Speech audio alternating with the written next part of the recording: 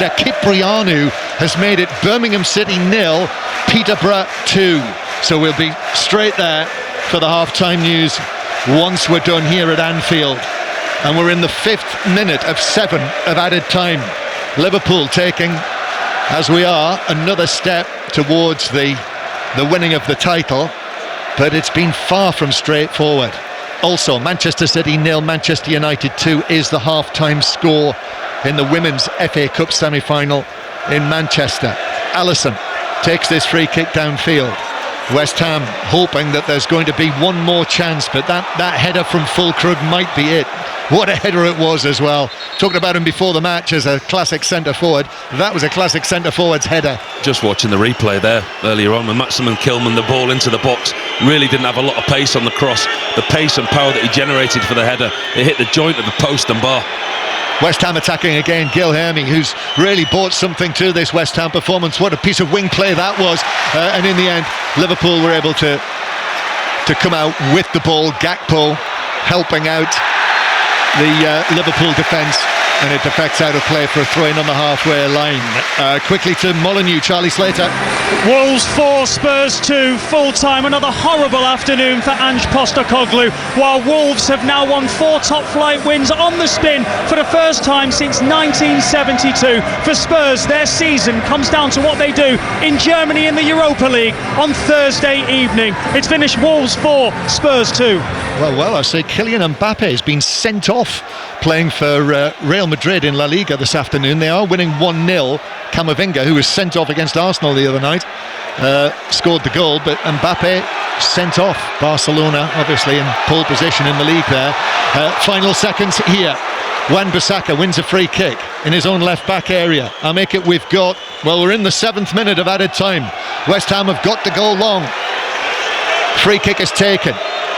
It's shuffled forward by Mavropanos. Kilman's gone up front with Fulkrug. Long pass forward, cleared away by Konate, but straight to Kudus. Kudus now, this might be the last chance, wraps his foot around it and gets the cross in, but a cross right into the gloves of Alisson, and the Liverpool goalkeeper calmly catches it in front of his forehead. And that was cheered like a goal around Anfield. Really was. It was a poor cross in the end from Kudus. Alisson comes off his goal line, collects it, and he'll waste as much time as he can. Yes, I just noticed a pigeon flying across our eye line. Alisson in the form that he's in, wouldn't have been surprised if he caught that as well. As Ward-Prowse heads it forward. They're demanding the final whistle, and there it is. West Ham made a goal. West Ham made a game of this, most certainly. Kudus drops to the ground. West Ham players go to the officials, but Liverpool have won it with that late Van Dijk header, just 2 or 3 minutes after he'd been involved in a real mix-up with Andy Robertson conceding an own goal. But Van Dijk scored the goal. Salah set up the opener for Luis Diaz, and they've got over the line in this one, Liverpool. And now a minimum of 6 more points will clinch them the title. It's in sight, the winning post for Liverpool. Paul Robinson. Such a storyline, such a narrative to this game. Every single emotion possible felt from a Liverpool point of view today. They were excellent in the first half, dominated the game, only went in 1-0 up at half-time. You thought in the second half it'd be more of the same. They'd dominate possession, go on and win the game 2 or 3-0. They didn't. You've got to give West Ham so much credit. West Ham dug in, they came here with a game plan, and eventually they worked their way back into the game. They worked their way back into the game that much that he changed to a back 4, committed more men forward. And give them credit, they got back in the game and they got the goal. Granted, it was an own goal, and at that point you look at it and you think nerves, stress, worry all affected Liverpool's performance in the second half, but that all disappeared when the equaliser went in. They reverted back to type, the team that they were in the first half. They started pressing high, winning the ball back, and there was a desperation to win this game, and it was a set play. McAllister's ball into Virgil van Dijk. He didn't have to do a lot. He bumped a few people around in the penalty box, got his head on it, and he's got what looks like an absolutely crucial win for Liverpool today. The Liverpool captain, tall, dark hair swept back, is applauding the Liverpool fans in the Kop. Arne Slot then takes over, and it's Arne Slot now. Well, this is unusual for him. We don't often see him as animated as this. Not quite Jurgen Klopp, I'd have to say that, but it's a couple of clenched fists raised and he's waving all around Anfield. They know they're nearly there. Their next two matches, next Sunday, you'll hear it on 5 Live, they're at Leicester and then back here against Tottenham.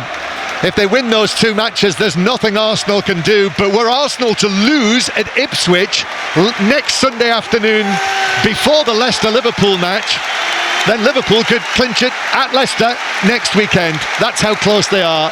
And more applause, more Liverpool cheers ringing around after a final score of Liverpool 2, West Ham 1.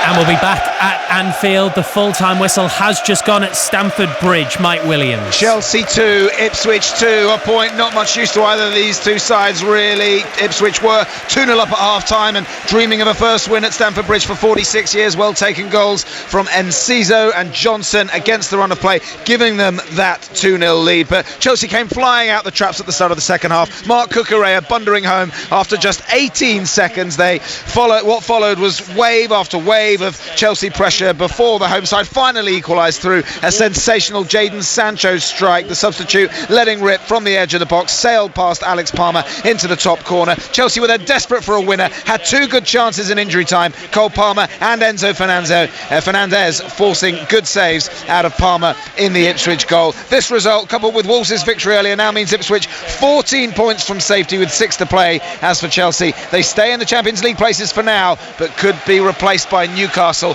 come this evening. Full time here, Chelsea 2, Ipswich 2. In the Scottish Premiership, Hibs have just doubled their lead against Dundee. It's Hibs 2, Dundee 0 at the top. Remember, Celtic were about 10 seconds away from confirming their Scottish Premiership title earlier. It's obviously going to happen, but not today, because 10-man Rangers scored a 95th minute equaliser through Yanis Hadji at Pittodrie. It finished Aberdeen 2, Rangers 2. What about the EFL Trophy final at Wembley? Birmingham-Peterborough, Aaron Paul.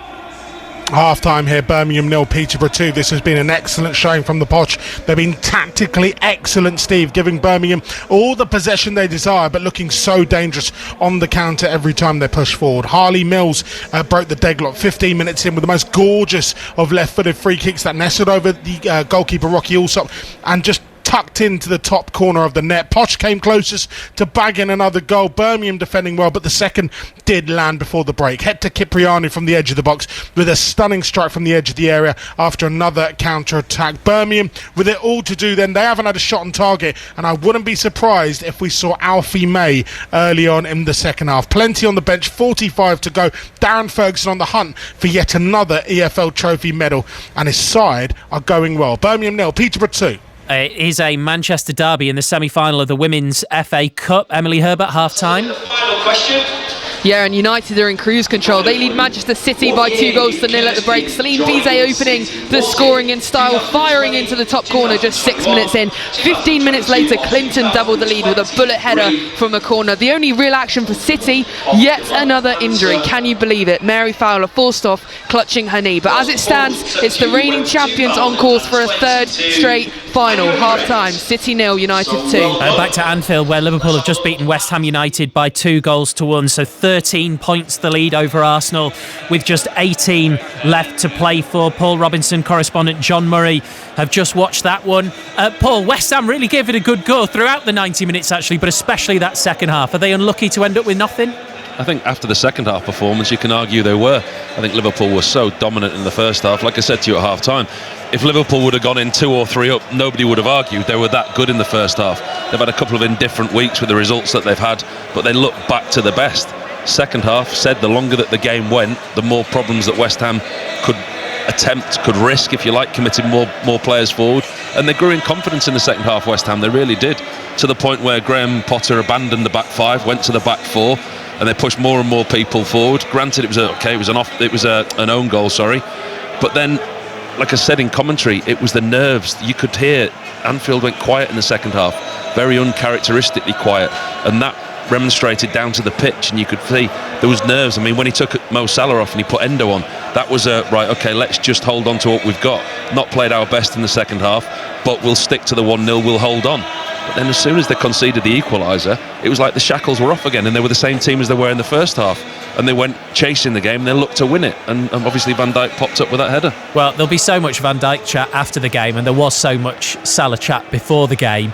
In amongst all of it, not that he needed to or ever needs to, but Alisson just underlined his importance again. A few brilliant saves. He was brilliant. He was absolutely excellent, and he needed to be today. I think there was one in the first half where he pedalled backwards, tipped it over the crossbar, but his one down to the left-hand side. I mean, it's not a flying top corner save. It's not one of these saves that that you say is a camera save. It was really excellent positioning from him. His depth perception to his line, he knew where he was, his angles, and he got down so quickly to his left-hand side. But he's played his part. I mean, he really was brilliant today. Came out, read a few through balls well, marshalled the back four. Obviously nothing that he could do with a goal. And you touch on Mo Salah and Virgil van Dijk. Funny that they've both just been put up for the post-match interviews.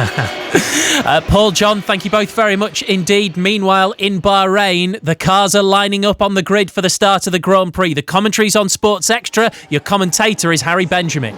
The lights are on and the 20 cars are starting to peel into their grid spots. Alongside me is the McLaren mechanic Mark Priestley, as it's Oscar Piastri in the McLaren who lines up on pole position. Alongside him is the Ferrari of Charles Leclerc, but don't rule out George Russell either in the Mercedes, who has been looking quick all weekend long. Could he spring a surprise? Lando Norris has to make up ground from 6th place. So too for Max Verstappen, who's been struggling in that Red Bull. He starts in a lowly 7th place. We're almost ready for the lights to come on the pit gantry overlooking the start-finish straight, which is a run down to turn 1 into the right-hander. As the last place car lines up, it is all eyes to the lights and foot to the floor as we go racing in Bahrain. And it's a good start from Oscar Piastri, who holds the lead. George Russell with a better start than Charles Leclerc, who pushes him to the inside, but Leclerc will have the benefit of the inside line. Russell trying to go around the outside on Piastri. There's almost contact. Piastri holds position and manages to hold the lead coming out through the right-hander on turn 2. Charles Leclerc dropping positions as Lando Norris rises up from 6th, and he's just about to make his way round the outside of the Ferrari of Charles Leclerc through the right-hander of turn 4. Norris from 6th on the grid up into 3rd. It's a blistering start from Lando Norris, exactly what he and the McLaren team needed. That gamble to start on the medium tyre, we said it would be slow off the line, and that's exactly how it played out, with Charles Leclerc and the Ferrari losing out positions 2 slots further back already. His teammate also not making up ground off the start. So this is exactly where McLaren needed to be as they get halfway round lap 1. Into the tight left-hander of turn number 10 as they now accelerate down the short straight that leads you to the sweeping left-hander of 11. Then the fastest corner on the circuit, the right-hander of turn 12. The 2 Red Bulls have lost position, certainly for Max Verstappen. He's fallen down to 8th, just ahead of Lewis Hamilton. Yuki Tsunoda rounds out the top 10. But as we're edging towards the final corner of lap 1 of 57 of the Bahrain Grand Prix, we have got fights all the way up and down the field. The 2 racing bulls further back swapping positions. Isaac Hadjar has lost a huge amount of ground. He's down to 16th, but at the end of lap 1, it's Oscar Piastri who leads by nearly a second ahead of George Russell, with Lando Norris up to 3rd. And full commentary is available right now on 5 Sports Extra. What a start for Lando Norris, the World Championship leader, the Brit, up to 3rd at the end of lap 1. Couple of other scores for you. Women's Six Nations, half-time, Scotland 7, Italy 10. Champions Cup quarter-finals, Toulon 12, Toulouse 6. And in Super League at half-time, it is Huddersfield 6, Catalan 14. So we'll bring you reaction, what we can, to Wolves 4, Spurs 2, Liverpool 2, West Ham 1 and Chelsea 2, Ipswich 2, and then build up to kick-off Newcastle Manchester United in full on 5 Live at 4:30. Let's get the news now with John Barnes. The voice of the UK. This is BBC Radio 5 Live. Ukrainian officials say Russian ballistic missile strikes in the northeastern city of Sumy have killed 32 people and wounded nearly 100 others. President Zelensky's chief of staff has accused Moscow of deliberately targeting civilians with cluster munitions. Cyril Amunsky is Ukraine correspondent for the French TV channel TMC and has just returned from Sumy. He says 2 strikes hit the city centre. The first one happened against a trolley bus in which you had a lot of civilians who were just roaming around the city. And then there was a second strike when already other people arrived on the scene to help civilians who were wounded and killed. And so it created an even more chaotic scene. Some members of parliament in Ukraine claimed that also there was an event that was organized by the military on that day and that the information was leaked. And this is why Russia has struck the city. European leaders have condemned the attack on Sumy. Sir Keir Starmer said it was a stark reminder of the bloodshed perpetrated by Vladimir Putin. The Business Secretary, Jonathan Reynolds, has declined to give assurances that Scunthorpe's blast furnaces will keep burning after the government took action to save British Steel's plant.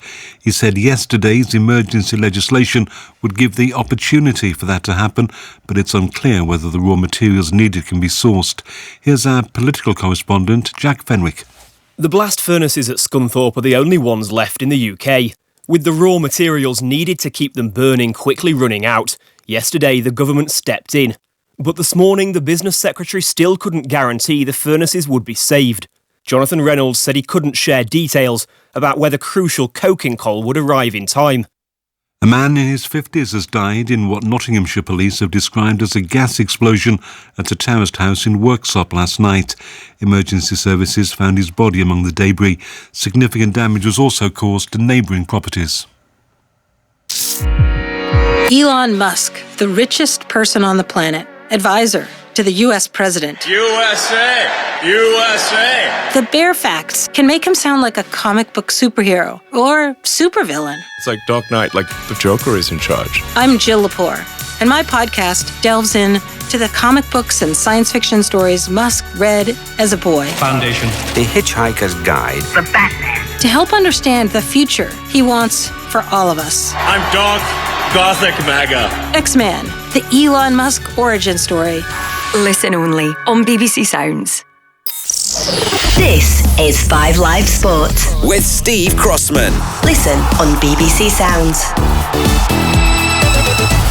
OK, we'll be at St James's Park shortly. 20 minutes just over to go until full commentary of Newcastle versus Manchester United. Premier League scores from the 2 o'clock kickoffs then. Chelsea 2, Ipswich 2. So Chelsea, they do move up to 5th in the Premier League, which is the final Champions League place, but only go on goal difference above Aston Villa. Newcastle are 7th on 53. However, they've got 2 games in hand, the first of which, of course, is just coming up at St James's Park. Other scores for you: Liverpool 2, West Ham United 1. Liverpool are 13 points clear at the top. Tottenham beaten 4-2 at Wolves. Let's hear live from their manager Ange Postecoglou with Charlie Slater. Ange, thank you for your time live on 5 Live. Just how frustrating of an afternoon was that for you? Yeah, look, it was it was a funny old game because I thought in general our football was good, but yeah, we've obviously conceded some pretty poor goals, and that makes it very, very difficult to get a result out of that. Just how much do you curse those errors at the back? Because every time you got yourself back in the game, no sooner were you back in it, you got yourselves back out of it again. Yeah, look, it was like I said, that's us in the end because, like I said, in general, I thought our football was pretty good. Obviously, made a number of changes, but I still felt we we're always a threat going forward, and we didn't really concede too many big chances, but we're obviously giving away three goals that sort of came from our errors, and off the back of that, it's very hard then to get a result out of the game. Is it tricky to then lift the players again with Thursday in mind after such a frustrating nature of that defeat? No, I wouldn't think so. I think we just got to recover now. We've got a massive game on Thursday night. And we just got to make sure that we recover both physically, mentally from today and get ready for Thursday. From the outside looking in, it looks like the entire season now hinges on what you do on Thursday night. Just how much pressure is on you personally and on that fixture? It's an opportunity, mate. So that's the main thing. We've got ourselves an opportunity, and that's what we've got to try and grab. Appreciate your time. Thank you. Publicly, Ange, you take the... Ange Postecoglou there, live on 5 Live, speaking to Charlie Slater. Let me just take you back to the 1974-75 season. So exactly 50 years ago, Tottenham finish 19th. Only once since then have they finished 15th or lower in the top flight. They are now 15th in the top flight. That was the year that Bill Shankly retired, Don Revie took the England job, and Brian Clough was manager of Leeds United for 44 days. 50 years, and this is Tottenham Hotspur's worst season since, albeit with Europe to come. Right, we'll bring you more reaction to the other big stories where we can, but we've got a big game coming up at 4:30, so just over 15 minutes to kick off. Newcastle United, Manchester United, and Mike Mane's got the teams. Yeah, afternoon, Steve. For Newcastle, the team news is simple. They're unchanged from the side that beat Leicester on Monday. Their notable difference is on the bench, where Anthony Gordon returns amongst the substitutes in a Newcastle shirt for the first time since February. Had that hip injury, of course, to deal with. Manchester United, they'll make 5 changes. One we knew about. Andre Onana dropped after the 2-2 draw with Lyon in the Europa League. Quarter-final first leg on Thursday night. Time to rest and disconnect, were the words of his manager. So Altay Bayındır plays in the Premier League for the very first time for Manchester United. The other 4 changes, Harry Maguire, Casemiro, Patrick Dorgu and Rasmus Højlund, all replaced by Lindelof, just his 3rd start of the season. Eriksen, Xerxes and 18-year-old Harry Amas is going to be on the left-hand side of that midfield 4. That's his first ever Premier League start for Manchester United. So 2 Premier League debutants for Ruben Amorim's side this afternoon.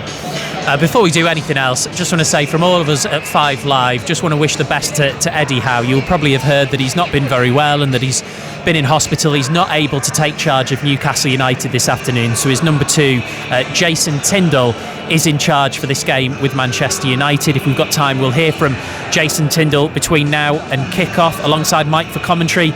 Is Pat Nevin? Afternoon, Pat. Good afternoon, Steve. Well, this is a big old opportunity for Newcastle, especially after Chelsea's draw, isn't it? It's opportunities. I'd go plural there, because there's 2 games in a few days. They've got a big one during the week as well.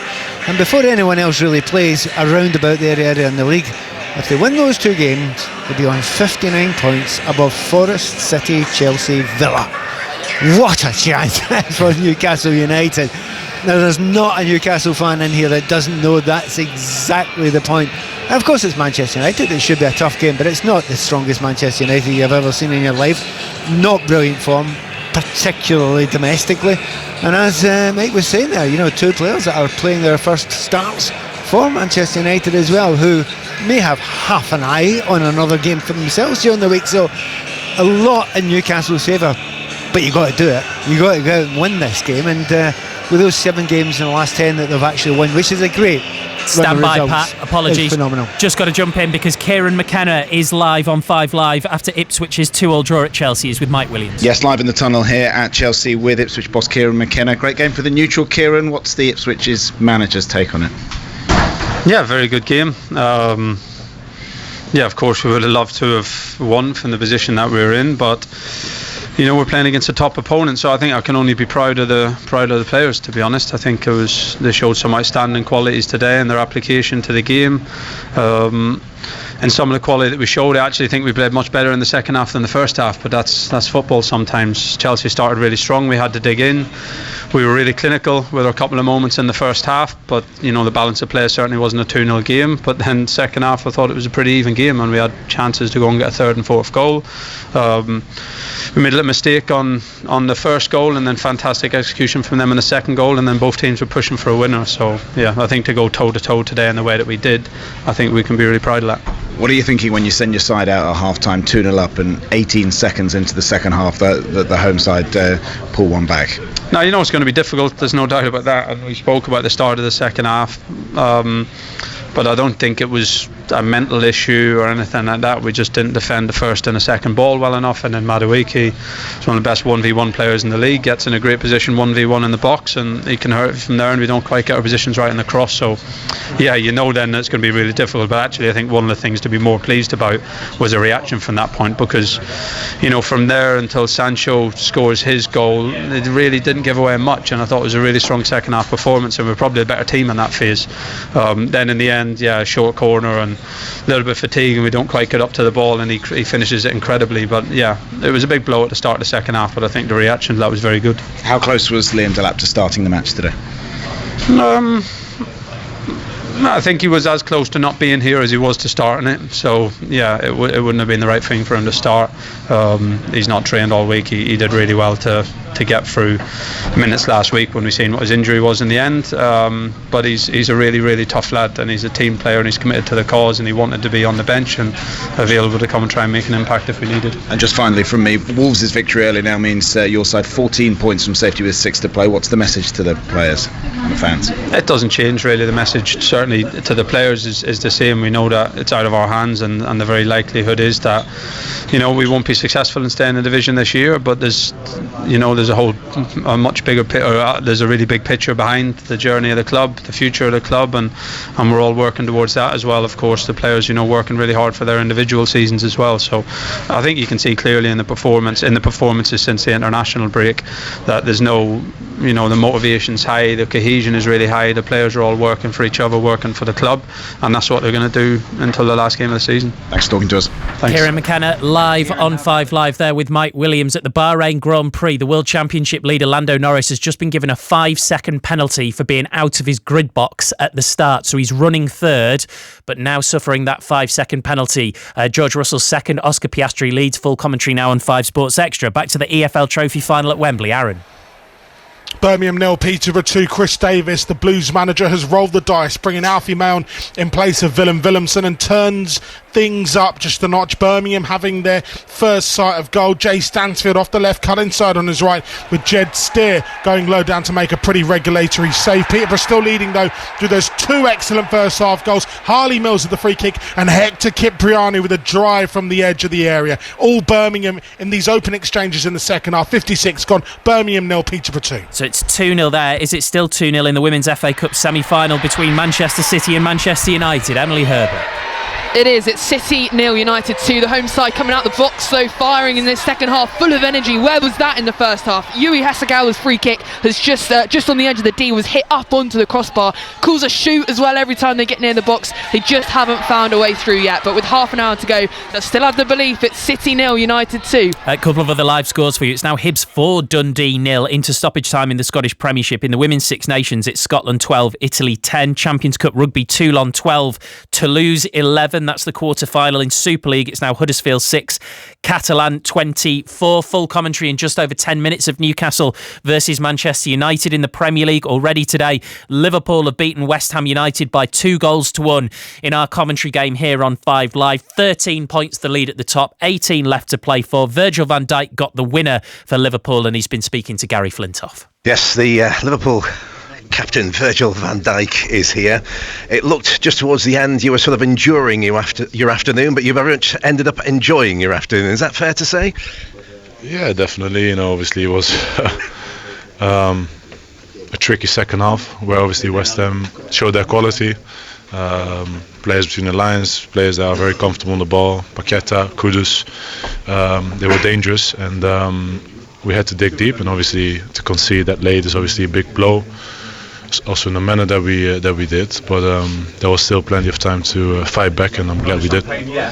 In terms of the first half, though, to be fair, you were right at them from the off, sharp out the blocks, scored a good goal, and looked, to be fair, back to your best. Would that be a fair assessment? Yeah, first half was obviously a big improvement on what we did in London against Fulham. We obviously had a full week to prepare, to analyse obviously what went wrong, and when not a lot wrong against Fulham, but 20 minutes went a lot wrong in those 20 minutes, and but definitely we had to start much better than we did there. Be more on the front foot like we always have been throughout the whole season, but today especially showed it again, and I'm glad we did. We scored a great goal. Could have scored maybe a couple more. And still that they have the quality to punish you, and obviously they created some moments.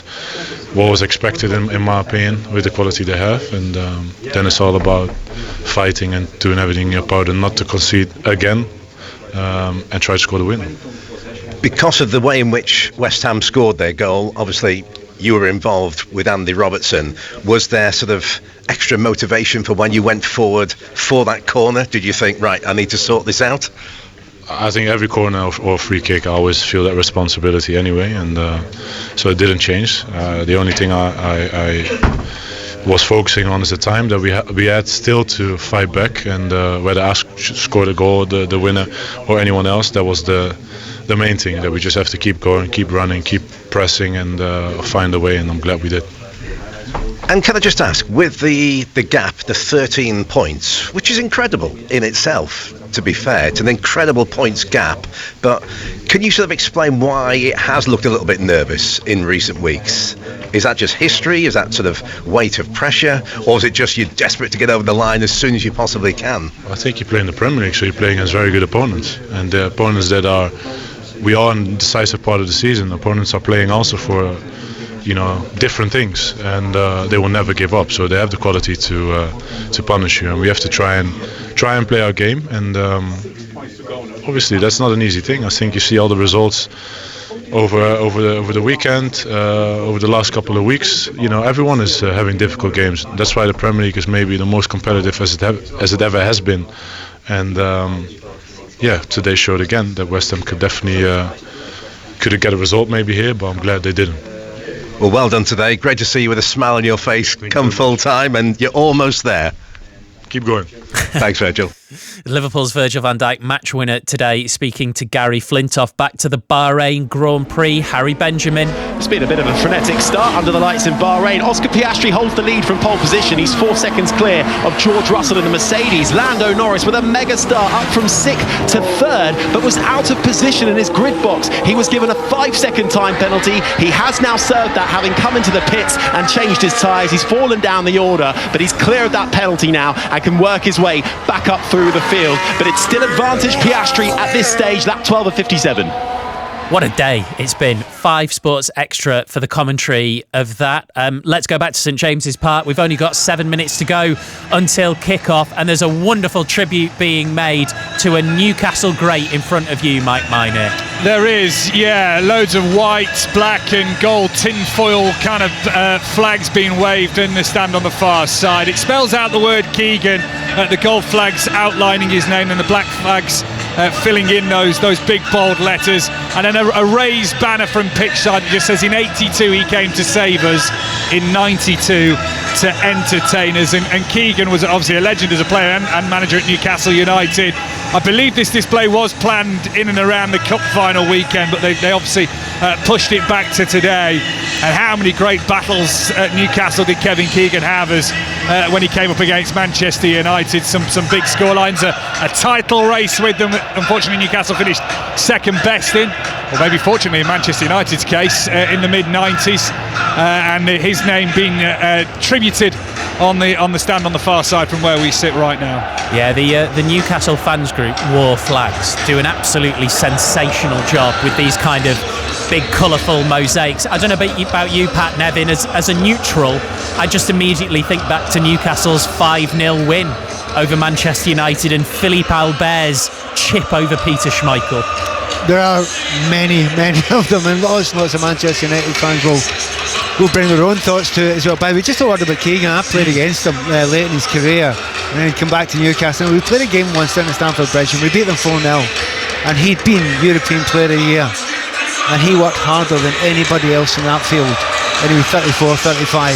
It was extraordinary. His attitude to every single game was amazing. Learned more from watching that guy than anything else on that day. And there were some good players, including a certain Mr. Waddle, playing that day. So, no, fabulous memories of some of the great players here. And it's great they're doing that. And by the way, there's been another rather wonderful tifo up in the right-hand side of Keegan, and it's always fabulous. In fact, we're surrounded. They're everywhere. Walking in the Keegan Wonderland, cracker. 2 different eras of Kevin Keegan. To our left-hand side, walking in the Keegan Wonderland, he's now been walked across the bottom of the tier, and it's a picture of Kevin Keegan, cartoon picture with the blue star in the background of him as a player in the black and white in Newcastle. And then to our right in the Gallagher end, long live King Kev, and a picture of him in that famous baggy cotton jumper that he used to wear with the white polo shirt underneath, his arms aloft in the air, and that's also been risen up to the back of the Gallagher end with the words "The Messiah" on the little flag that's been stretched out across the bottom of that stand as well. Yeah, it's a beautiful scene at St James's Park. I also saw very pertinently today, an Eddie Howe banner. Eddie Howe did what even the great Kevin Keegan couldn't do at Newcastle United just recently, of course. Nobody needs reminding. He brought them that League Cup. Eddie Howe ill. He's been in hospital, unable to take charge of Newcastle today. Jason Tindall, his number 2, takes control of the team. So we'll bring you more reaction at half-time to the day's big sporting stories. And of course, we'll be back to Augusta as well. Final round of the Masters, 7:25 on 5 Live with Rory McIlroy's 2-shot lead. All that to come at the interval at St James's Park. Newcastle United versus Manchester United, one of the great fixtures of the Premier League era. And Pat Nevins with Mike Minor. Thanks, Steve. Yeah, the camera's just honing in on Jason Tindall in his bright white hoodie and black tracksuit bottoms as he's just embraced Ruben Amorim. The team's out here at an overcast St James's Park. Was bright sunshine when we arrived. It's since clouded over, but still mild here in the northeast. An important game for Newcastle, this one. This weekend they've seen Manchester City and Aston Villa win, but Nottingham Forest lose, and Chelsea earlier today drop points. That means the door's open for them to possibly, over the next 4 days, Pat, be as high as 3rd in the Premier League. Yeah, and it's such excitement around this place. I mean, the celebratory feeling they've had since that cup final. But if they could get Champions League, what a season this would be for Newcastle fans, for how long they've waited. You know, obviously they played Champions League recently, but I think they would go into this one in better shape. So they know how important it is. They've got Manchester United, who you would argue have limited amounts of pressure on them today because the expectations are so low. They know that they've got Europe on their minds as much as anything else, but there's pride there. If you wear that red jersey, there should be pride. Very interesting, by the way, in the build-up to this. The warm-ups from the Manchester United, the warm-ups like I've never seen before, any other team, really unusual. It was like the training session, set up corner kicks against, set up free kicks in very specific areas against, really specifically for 2 things. They know where Newcastle are strong, but also new goalkeeper. He needs to know where to be. He needs every single moment where that ball's coming in, for which angle, when he comes, when he doesn't. Let's see how he manages. Well, for Newcastle, they're unchanged. The home side this afternoon from their 3-0 win at Leicester on Monday night. So Nick Pope's in goal. Trippier, Cher, Byrne and Livramento, the back 4. Dan Byrne in the programme talking about how important it is now that the Cup is won, the League Cup that they won last month, how important now it is to get back in the Champions League. Guimaraes, Joe Linton and Tonali are in midfield. Tonali's 50th appearance for the Magpies. Murphy and Isaac plus Harvey Barnes, their front 3. For Manchester United, as Pat mentioned, Thursday night is the priority. The second leg of their Europa League quarter-final with Lyon. A game that you can hear with us on 5 Live. It was the first leg that certainly has sparked the talking point for today's game, team news-wise. Andre Onana dropped. Altay Bayindir starts his first ever Premier League game, and he's just walked to the edge of his penalty area, having gone through his rituals on the goal line and patting his gloves together. Stands with his feet shoulder width apart. Big afternoon for him. Andre Onana has played every Premier League game since he arrived at Old Trafford. They both arrived at a very similar period a couple of years ago under Erik ten Hag. 5 changes, which includes the goalkeeper, plus Maguire, Casemiro, Dorgu and Højlund, who all drop out as Bruno Fernandes starts us off.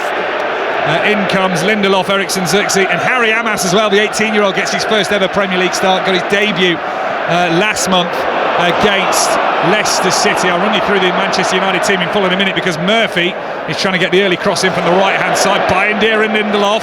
That question of communication, and it is cleared away by Manchester United in the end, as we welcome listeners from the BBC World Service to St James's Park this afternoon. Newcastle United against Manchester United, underway inside the first minute. Livramento playing at left back today, squares it in field for Joe Linton. Space opens up out towards the right corner of the penalty area for Jacob Murphy. Couple of goals for him on Monday night in the win over Leicester. Crossing from the right hand side, and there's Joe Linton, but the flag goes up and it won't count. Newcastle thought they had scored inside the opening minute, but the flag up on the far side. Very noticeable. What did Newcastle do? First 2 attempts to get the ball, get it out wide to the right hand side, put pressure on the kids. Footballers have absolutely no heart whatsoever. If there's going to be a weakness there, they're going to find out. Obviously they're going to try and put the ball in the middle and ask some questions on the new goalkeeper as well. Clear yard or so offside. So United with Bindier in goal. Back three of Mazraoui, Lindelof and Yoro. Only the third start of the season for Victor Lindelof. Dalot, Ugarte, Eriksson and Amas, that midfield four. Fernandes and Garnacho flank either side of Joshua Zirkzee up front. Dalot, right-hand side, near side for Manchester United. The home side, Newcastle, in their black and white stripes, black shorts and black socks, are from right to left. Manchester United, red shirts, white shorts and white socks from left to right. Dalot has the ball again, tries to feed it down the channel for Garnacho. In comes Byrne with those long legs, slides in, and a throw into Manchester United's been given. He just loves a slide tackle, doesn't he, Big Dan Byrne? And he usually times it so well with those big long legs of his. Just one intriguing thing that I've noticed really quite early on here. Alexander Isak, because he's playing against the back three, if Yoro allows him to go one-on-one with Lindelof, United have got a problem. Because I don't know if there's anyone who can deal one-on-one with Isak when he's got the ball running at them. 20 Premier League goals for Alexander Isak this season. Here's Ugarte, going to try it from distance, but the ball just escaped him, so the shot was ended up scuffed in the end. And as Livramento tries to break away down this near side, Newcastle's left, Manchester United win it back with Mazraoui. Now here's Bruno Fernandes, right-hand side for Garnacho, 10 yards from the byline, just turns away from the box as Garnacho, and Fernandes again is there just to collect the ball with a little bit of time, a little bit of space. Eriksson playing in that midfield role instead of Casemiro today. Casemiro played the derby last weekend against Lyon on Thursday night. And a lot of keep ball here for Manchester United. Yeah, they need to try and calm it down a little bit. They know this crowd is very, very lively and want to go up for it. If they can possibly quieten them a little bit, but that is a huge ask if Newcastle got a head of steam up. Interesting, Newcastle going down the right-hand side in the first couple of attacks. It's a little bit of shame for Livramento. I've been seeing him a lot recently. Livramento on this left-hand side has been extraordinary this season. Naturally a right back, and I think he's tipped to be the long-term successor to Kieran Trippier, who does start at right back today. But in the meantime, Livramento has to play on the left-hand side of the back four. Here's Murphy from distance! Driven low shot from the edge of the penalty area. Altay Bayindir was down to try and save it, went past him and went wide of the left-hand post. Yeah, he's not looking confidence at the moment, Murphy. He's been brilliant for him this season, scoring regularly, making goals as well. And it looks very lively. And if you're playing against a back three, if you're in that wide position, you just get behind the wide central defender and the wing back. You get into that space, you will find opportunities not only to score but create as well. That time he did, not quite on target. 0-0, 4 minutes played at St James's Park. Jacob Murphy is having his best ever season since the 20 goal involvements he got for Coventry 9 years ago in the 2015-16 season. Long clearance away from Bayindir, headed down by Dan Byrne midway inside Newcastle's half. Isak inside the centre circle. Now Guimaraes spreads the play out towards the right hand side. Murphy's going to try and lift it early. Yoro intercepts, and then Harry Amas does well enough there. Played back to Yoro on the edge of the penalty area, and now Amas has continued his run. Suspicion of handball, certainly shouted by the Newcastle fans on that far side. Manchester United now go long to Garnacho on the left, laid back to Amas again. Got his debut on his 18th birthday last month against Leicester City when he came off the bench. Now starts for Ruben Amorim's side. Dalot in from the right. Ugarte's missed kick that, lifted it over the top, and behind it goes to Newcastle goal kick, 0-0. Yeah, the first little look of Amas there, it's one of those, because he's a left back originally, right? So you wonder, is it going to be a defensive one or one who wants to attack? He looks really comfortable on the ball, really wants to get the ball down and play some good football. You'd expect that for a top level player, but you just need to find out how good he's going to be defensively, and he will be tested today. Newcastle will make sure he is. England under-18 international as well. Harry Amas played during the international break last month as Guimaraes tries to muscle his way past Eriksson, spreads the play well out towards his near side. Livramento nudges it with the outside of his boot to Harvey Barnes, who got the third of Newcastle's 3 against Leicester on Monday night against his former club. 0-0 after 6 minutes here though. Trippier, right hand side, uses the support he has from Jacob Murphy, then just goes back into his own half for Cher, who now goes with some distance on the ball. Yoro then treads on the ball, and Victor Lindelof had to react quickly there to help out his teammate. Yeah, I mean, he scored a goal during the week, didn't he? And so he should be playing with real confidence, Yoro. And just looking at him just now, they are playing the ball back towards him quite a lot of the time. Instead of Lindelof, it's coming through him a lot, but also very noticeable. They're very comfortable giving the ball to Amas all the time. They really believe in that kid, so interesting to see how he does in the rest of the game. But at the moment, I'm quite impressed with the way United have started. Good liveliness about them. By I say United, I meant Manchester United, of course. Battle of the Uniteds today. Manchester United's goalkeeper just invited a little bit of pressure whilst Pat was talking from Alexander Isak, distributed it out to the near side right rather comfortably in the end, goalless as it is. And again, Bayindir just stalls on the ball, waits and waits till Isak gets within a yard of him and then clears it long. Now Bruno Fernandes can't get it to the halfway line. Guimaraes, the Newcastle United number 8, has intercepted the ball. Now faces up against the Portuguese midfielder of Manchester United again. Was there a push in the back of Guimaraes on the far side? Not given by the referee Chris Kavanagh this afternoon. We'll have semi-automated offsides today if needed as well. The new introduction right at the back end of the Premier League season. Hopefully get those VAR decisions moving a little quicker. Long ball by Manchester United. Trippier's there just to comfortably deal with that. Now in the middle of the Newcastle back four. Yeah, the game really hasn't settled down into a pattern yet, and it's quite often the case in the Premier League. It's lively, everyone wants to get a touch of the ball. No one's really stood out massively yet. Sloppy passes from both sides. The latest from Newcastle, and Garnacho's up to the edge of the penalty area. Dallo on the overlap right hand side, clips the cross up as Zirkzee kept that in play. I think he has, and then complaining for the handball as he brought it down on the byline. Murphy's moving away here, gives it to Isak on the halfway line, tries the back heel that turn past Yoro, doesn't come off and hits the Frenchman on the legs, bounces out for a throw-in on the far side on the halfway line to Manchester United. Dallo certainly overhit that cross. Zirkzee tried to produce something from it. It wasn't a great cross, and I think there was a handball involved there, but his arm was right in against his body. It came from very, very close, so I don't think there was any chance the referee was going to give a penalty kick there, and neither was the VAR. Players continued, so despite the VAR officials, Peter Banks' VAR today, he hasn't chosen to hold up the play or ask any further questions. Bring Chris Kavanagh over to the far side for the screen. So in that case, play goes on, and Manchester United here have a free kick. 9 minutes played, 0-0. If you thought Newcastle's wait for a trophy was an incredibly long one, 70 years before that League Cup final win over Liverpool, their wait to do the double over Manchester United even longer. 1930-31, the last time they beat Manchester United home and away in a single season.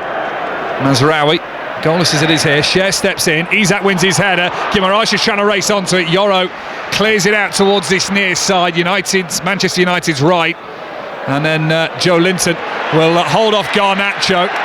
That's Brazil against Argentina there, and Brazil comes out on top because Argentina's committed the foul.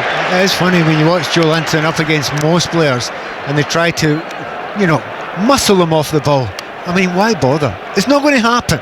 It's so powerful. And Garnacho there was swatted away like a fly. So it has given Newcastle United a free kick on the left-hand side, midway inside Manchester United's territory. This is exactly the position that Manchester United were lining up beforehand when I was talking about before the game. They expected a lot of free kicks from this sort of area. Trippier usually get great delivery alongside obviously Harvey Barnes as well, but they have worked really hard on this. See if it pays off. So free kick from the left with Trippier, right-footed, swings it into the penalty area. Bayindir made the early call and catches it with two hands raised above his head. That's a good take from the Turkish goalkeeper. Doesn't look spooked, does he? He looks really comfortable coming out there. He's a very tall goalkeeper as well, but he came out, no fuss whatsoever, none of this punching, and he just comes out, takes it, clasps it, and then doesn't make any kind of big panic about it. Calms everyone down around him.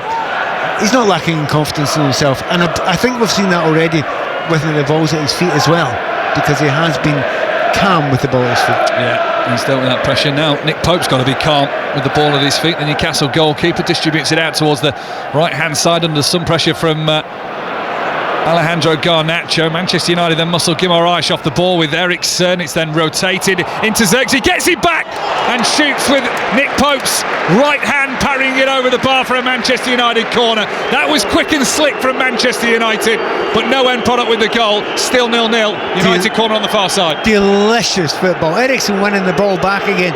Plays exactly the right ball. But the little flick turn by Xerxes when the ball's played in, it's a little back heel flick turn, looking the other way, gets a 1-2 back from Fernandes. Everything about that move was brilliant, but he just couldn't finish it, and it's a very good save by Pope. Good reaction save. Xerxes slapped his hands on his head immediately afterwards, knows that was a good chance. Manchester United corner far side taken short by Bruno Fernandes to Eriksen, comes back in and then skips its way along the ground. Nick Pope has to dive down to his right hand post just to prevent it sneaking in, but he does so rather comfortably. And whether Fernandes meant that as a shot or a little skipping ball in the box to try and tee someone on the end of it, we'll never know. 0-0. The biggest chance so far is out of Manchester United and Joshua Xerxes. Newcastle United trying to respond here with Jacob Murphy on the far right hand side touchline, gets to within 10 yards of the byline, then plays it back down the right hand channel. Here's Guimaraes onto the edge of the centre circle for Dan Burn. 5 live from St James's Park and the BBC World Service this afternoon. Here comes the low cross in, right across the 6-yard box. Barnes with the delivery in low, and neither Isak or the likes of Guimaraes are there, and Manchester United are able to clear. Yeah, but that Livramento-Barnes partnership is phenomenal. Livramento always wants to play 1-2s with him. He never stops running. On this occasion, it was Barnes that made the run. Very unlucky to no one the end of it. Livramento again using shares space well. Here's Jacob Murphy on the right hand side, gets towards the right corner of the penalty area. Newcastle United building here, cross comes in, it's deep, it's caught by outside Bayindir. We're off to Wembley. Aaron Paul. Birmingham 0, Peterborough 2. This has turned into a real scrappy affair, but I'll tell you what, Rocky Allsop, the Birmingham goalkeeper, what heroics from him. A quick fire double save first on Ricky J. Jones, lost his foot in a close range, and then quick up to beat away Abraham Odo's shot. The boyhood Birmingham fan has kept this score down, but as mentioned, this is like a ship on the sea, swinging left and right this time. Birmingham 0, Peterborough 2, 9 minutes plus added on to go. Aaron, thank you. Birmingham City, champions of League One now. That was confirmed over the weekend, but they won't be champions of the Football League Trophy. That looks like it's heading to Peterborough United and Darren Ferguson's side. 0-0 here at St James's Park between Newcastle United and Manchester United, with Bayindir on the edge of his 6-yard box in possession. 2 Newcastle players go and pressurise him. Dan Burn clips it back towards Isak, who takes a steadying touch, then faces the goal and lifts it towards the back post. Nobody there in a black and white shirt. It was not too far away from Guimaraes, but it's gone behind for a goal kick. It makes that control look so easy, doesn't it? Isak, phenomenal control there, gets it wide and just puts it into an area there he would like to be in. Fortunately, he's not there because he's playing the pass, but it's a really good ball in there between the centre backs, the goalkeeper. The goalkeeper didn't come for it, but I don't think it was an opportunity for it to come for it. Now, I wonder if the Manchester United fans are a long way back behind Bayindir, aren't they? But I think they like what they've seen so far. A real no-nonsense comfort about his start to this game. He's under a lot of pressure today. He's not showing it yet. Certainly hasn't. Dan Burn wins his header on the halfway line. Yeah, those Manchester United fans are a long way from their goalkeeper. High up in one of these 2 looming stands that you can see as you drive across the River Tyne bridges. The stadium stands like a cathedral in the city centre. Lenny Yoro on the halfway line. 0-0 in a Premier League game that so often produces a classic. Here's Lindelof to Mazraoui on the right-hand side. Dalot comes in support, then slips, and Livramento can just poke the ball from underneath him. Good recovery from Manuel Ugarte on the slide, and he's given a free kick here, Chris Kavanagh, and a yellow card to Manuel Ugarte. It did seem that he poked the ball away, but whether he's come through behind, and that's what the referee's seen. Either way, Newcastle were going to get a set piece from it. The free kick is what Chris Cavanagh's given. Gatti had to make the tackle right, so if he doesn't get the ball, he's got to get the player there, and I don't think he gets the ball at all. I mean, he's only millimetres away there, but I mean, a defender of that level knows, if I'm not going to get the ball, I'm going to get the player. And I think the yellow card's probably the right thing. It's quite early to get a yellow card, but correct decision there. But once again, the break from Livramento on left hand side, he just gallops forward every time he gets the chance. Very, very dangerous, but a mistake from Man United has left a little half chance here for Newcastle. Oh, well, Ugarte turns 24 on Friday. That wasn't the birthday card he was expecting. Into the book he goes after 16 minutes here at an overcast St James's Park. Free kick in Newcastle, almost level with the left corner at the penalty area, but kind of in between box and touchline. Trippier right-footed, that's sent high, hurling towards the back post, and behind for a goal kick. Let's head to Bahrain. Latest on the F1, Harry Benjamin. It's lap 27 of 57. Oscar Piastri continues to lead this Grand Prix from pole position. He's 6 seconds clear of George Russell, and then it's Charles Leclerc in third after the first pit stops. It feels like this race is swinging now towards the Ferrari drivers, but it's still very much Piastri who holds firm at the top. Lando Norris is fourth. Commentary of that continues on 5 Sports Extra. Harry, thank you. Exciting F1 season. Oscar Piastri will become the first man to win 2 races this season. If he holds on to the lead in Bahrain. Another Manchester United goal kick. You missed nothing here at St James's Park. 0-0 on a pitch that is looking in pretty good condition, but I bet it's nowhere near as good as the greens at the Masters for the final round of the Masters tournament. Rory McIlroy, you'll hear every shot of his on BBC Radio 5 live from 7:30 tonight. He's trying to become only the 6th man in golf history to win a career Grand Slam is Rory McIlroy, the Northern Irishman, and Mark Chapman and the team will have coverage of that from 7:30 tonight on BBC Radio 5 live and BBC Sounds. I'm not usually the jealous type, but I am slightly jealous of Alistair Brisball at this point in time, being over there for what could be one of the great evenings. It's a tough gig he's got, isn't it? Out towards the far side, Manchester United in possession, holding off Newcastle United here. In fact, there's still the biggest chance is that of Joshua Zirkzee when he played a quick 1-2 with Fernandes inside the penalty area. Then Nick Pope had to parry it over the bar. Trippier's got a little bit of defending to do. That actually does really well. Timed his header, nudged it past Bruno Fernandes. Then on the stretch, manages to send it back to his goalkeeper Nick Pope, who goes long himself. Lenny Yoro can easily collect that, take his time and go back to Altay Bayındır, away to our left-hand side in a lime green Manchester United outfit. The goalkeeper in place of Andre Onana, who has been given some time to rest and disconnect. They were the words of Manchester United club sources to the BBC earlier. That's a lovely spinning ball from Joshua Zirkzee off the top of his boot. Ericsson was trying to get on the end of it, racing forward. Tonali, I think, was back there for Newcastle doing the defending on that instant. Their number 8, Lenny Yoro, back to Bayındır again. Rest and connect. Right, just say it. He's dropped. And that's the way it is, and it's, you can deal with it. You're a big boy. Deal with it. You've not been playing that well. Just get yourself back in shape again if you can possibly do that. However, he needs to get beyond Bayındır, and Bayındır hasn't put a foot or a glove wrong yet. Amorim in his pre-match comments to Sky this afternoon said sometimes you have to push the player to play again. Sometimes you have to let him disconnect a little bit. Tomorrow he'll be in training and preparing for the next one, which is Lyon. So it was a good time for Andre to disconnect. The words of Ruben Amorim. Do you think he'll be back on Thursday? Oh, depends what happens today. And Bayındır looks comfortable. He's not made a mistake yet. If he makes an error or he looks shaky at any point, then there'll be no question about it, and I know he'll be back. But at the moment, tough decision he's got to make. That's the problem with Ruben Amorim, or one of the many problems he's had over the period of time he's beaten United.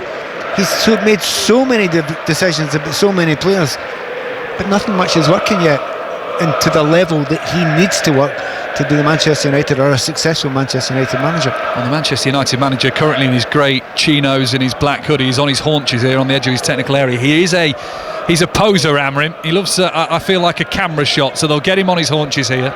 He's a pacer as well of his technical area. Very rarely stands still when he is upright.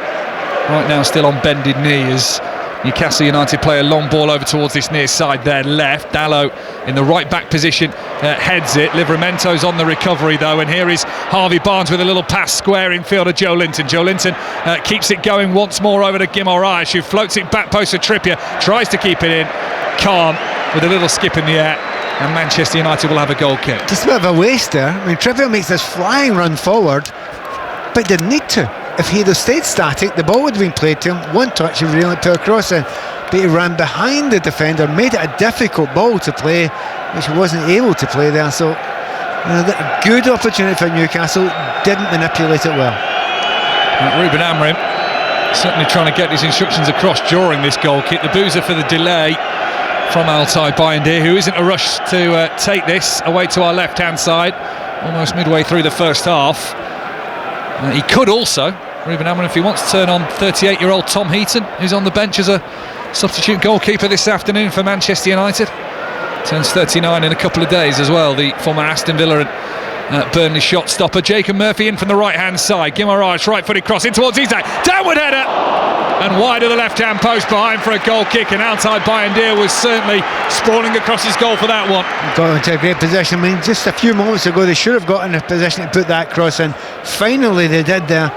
I'm just trying to see if he was offside. No, it was pretty close, but he heads it down. Not a lot of pace in the ball, so he's tried to get a lot of action on it. Couldn't quite get it enough. Guimaraes, right-hand side by the byline, gets the cross in, but doesn't get past the first man in Bruno Fernandes, who intercepts, then tries to go long. Burn steps in before Garnacho would have been free on the right-hand side. Here's Livramento, and Xerxes and Dallow with him, tries to poke it in between the pair of them, and Ugarte is there to intercept the ball. They're into stoppage time at Wembley, Aaron Paul. They are indeed 11 of those minutes to be played. Peterborough hunting to retain the EFL trophy, but Birmingham City have offered nothing in this second half. Jay Stansfield has seen an effort ruled out for offside. It was always going to be offside. It's 1-0 to Newcastle United. Lovely volley on his 50th appearance for the Magpies. He's fired it in, drilled it in low to the bottom left-hand corner across goal, and Newcastle United at last have the breakthrough against Manchester United. They lead by 1-0. What a brilliant goal. I mean, Newcastle thought they'd lost it there, got possession back again, but something happened in this ground. There was a roar as if to say, get on with it, move quicker, and they did. He zipped it into Isak. His first touch, flicks it up, clips it over the top of the defender. On comes Sandro Tonali and melts it into the back corner. Really low, nothing the goalkeeper can do. So there's an assist there, I'm sure it is, by Alexander Isak. I'll tell you what, there's an assist from this crowd as well. Newcastle won the ball back off Manchester United midway inside the Reds' half, and a lovely ball over the top which Tonali just latched onto with his right foot. I mean, it's a great goal, and we'll talk about that goal a lot, but the assist, really, that's just outrageous. I mean, there's some great players out there in the Premier League. I just don't know how many people would have thought of that. The ball's played into him, he flicks it up, and then he touches it with such delicacy over the defender. And the thing is, Tonali knows the quality that Isak's got, so he makes the move and finishes it off. What a beautiful move. Just earlier, United had a great move themselves. However, we've got to finish them. Newcastle have. One for match of the day too tonight, certainly. I don't know what is better, the assist from Isak or the goal and the finish from Tonali. Either way, it keeps Newcastle's hunt for the Champions League going. And Manchester City and Aston Villa have both won this weekend. Newcastle knew the pressure would be on.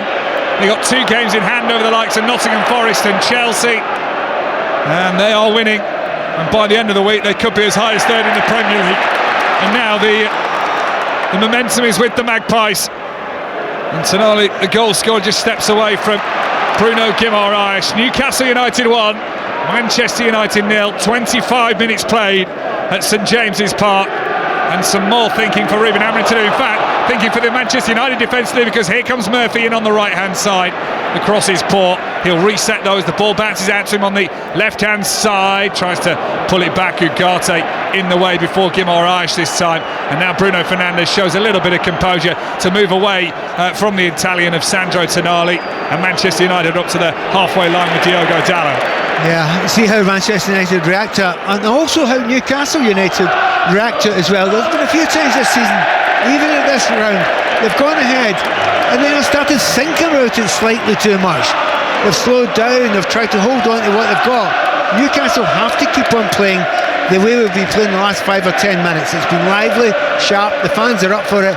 While they're ahead there and while they've got the foot on the gas, they shouldn't take it off, get a second goal and good control of the game after that. So Manchester United men behind at St James's Park. What about Manchester United women into stoppage time in their FA Cup semi-final, Emily Herbert?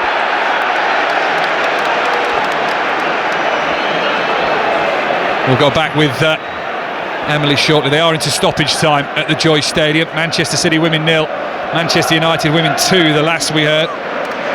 As Newcastle here have a free kick on the right hand side.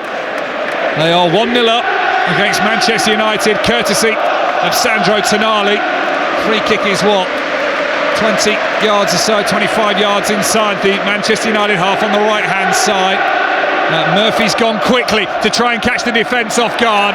Bruno Fernandes on the right hand side of the penalty area has to react quickly. Isak was trying to get ahead of him, and it is going to be a corner to Newcastle on that far side. He's just always thinking, isn't he? And thinking in an intelligent way, and he's thinking outside the box, and Isak there almost gets in there. Manchester United has slightly turned off and managed to just only give away a corner there, and that's the thing that Newcastle should be doing. Do not sit back, keep on playing, use the advantage if you possibly can, because at the moment Manchester United are shaking. Short corner from Newcastle on the right hand side. It's used Murphy, it's now used Livramento. Tonali encouraged to shoot, and he'll invite that on! And just wide of the right hand post. It was a dipping shot which was only just wide of Altay Bayindir's post. What are they doing, the Manchester United defence? Tonali gets the ball 35 yards out. There's 5 players on the 18-yard line. Right, who's going to go and close them down? Absolutely nobody moves. They just stay static. You cannot do that. You should be a wall chasing towards that. Tonali couldn't quite get it on target, but that's very poor defending in that moment. Let's go to the Joy Stadium, get the latest from Emily Herbert. Yeah, United still leading 2-0 against City. We're over the extra time now. It's just petered out here though. Momentum shifting. City losing that energy they started this half with, but those 2 first half strikes from United might be enough to send them to a 3rd straight FA Cup final. We've got just a minute really left. It's City 0, United 2. Emily, thank you. We'll update you when that gets to full time as well. Lenny Yoro just stops the ball dead at his feet for a moment and then plays it back to Lindelof. Just thinking about Tonali being allowed the space there. Do you think Manchester United are so paranoid about what Alexander Isak can do and almost has done in this game as well? Partially, but you can't have 5 players waiting to mark him. And also, are they worried about their goalkeeper? Well, if you're worried about him, don't make sure that they're closed down. They don't put them under that pressure. Manchester United didn't do any of themselves any justice there, and they didn't help the goalkeeper either. Joelinton, ball down the middle, space opens up for Guimaraes, who tries to feed it in behind Alexander Isak, who stops his run, collects the ball and looks for Murphy on the right hand side. Ball somehow finds him, takes a deflection off a Manchester United player in the process of doing so. Here's Trippier, Guimaraes on the stretch on the right corner of the penalty area far side. It's quick interchanges for Newcastle United that don't come off on this occasion. Half an hour played, leading by a 1-0. And here's Bruno Fernandes, who tried to find Dalot on the edge of the centre circle. Ball actually ended up hitting Manuel Ugarte. Because Fernandes was caught late, Manchester United have a free kick. There's just a little lovely moment there that Newcastle got the ball in the midfield. Isak made a brilliant run. However, there was no space between him and the defenders. So what they do is they batter it, they zip it into his feet. They don't play in front, they don't try a pass, they zip it into his feet because they know he, as much as any other player in the Premier League, can deal with it, can control it, get it out of his feet and do something with it. He's a very, very special talent, Isak. Bayindir will face the pressure of Isak, who just made the wrong judgment of what Bayindir was doing in the Battle of the Mind games and the pressure there, so that's allowed him to clear it away. Dalot trying to break away from Joe Linton's done well to hold off the Brazilian there.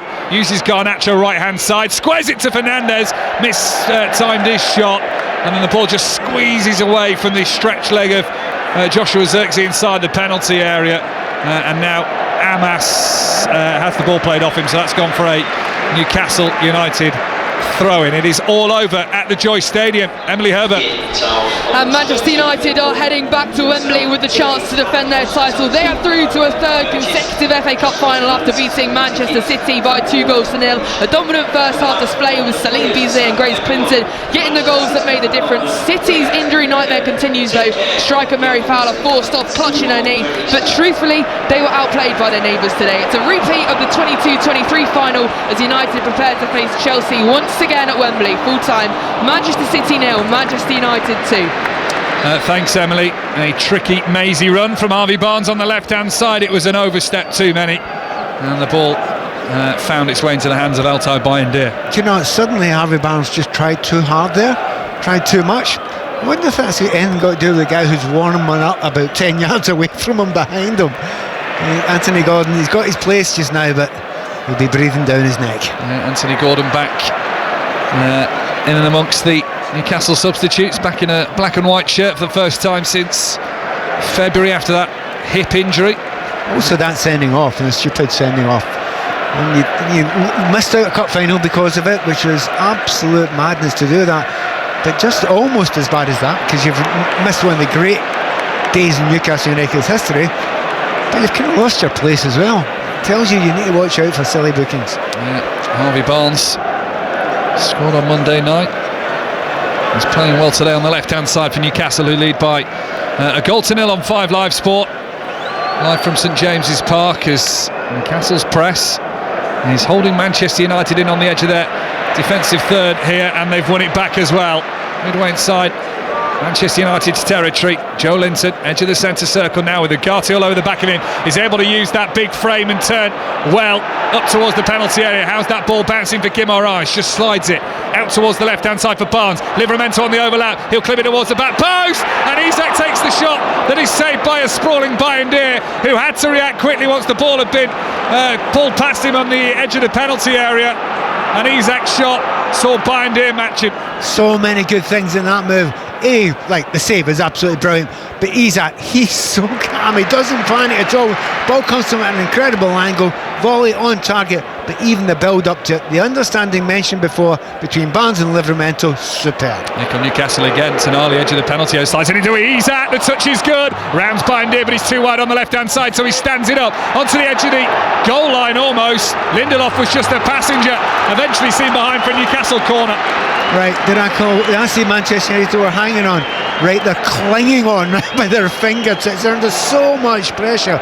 A lot of it is Isak. Every time the ball comes to him, he just has such beautiful control there. And that ball put back into the middle there once he crossed it over.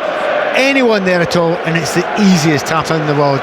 Manchester United lucky again. Just getting replays of Bayindir's double save. Livramento's cross save, parried out by Bayindir, who then had to sprawl quickly to save from Isak. Corner far side to Newcastle, right-footed drifting from Trippier towards the back post. Joe Linton can't connect his header, so the ball runs out of the box on the near side. Harvey Barnes races towards it, then right-footed, good curling ball, header onto the roof of the net from Dan Burn. And I think he might have been given an offside anyway, but the referee's allowed that to go to a goal kick to Manchester United. But that was such an inviting ball from Harvey Barnes.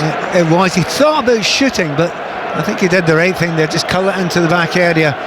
But there's so much happening in this game. But what we do notice, for the last 15 minutes or so, Manchester United's lively-ish start, it's really fell away now. And since the goal, it is totally different now.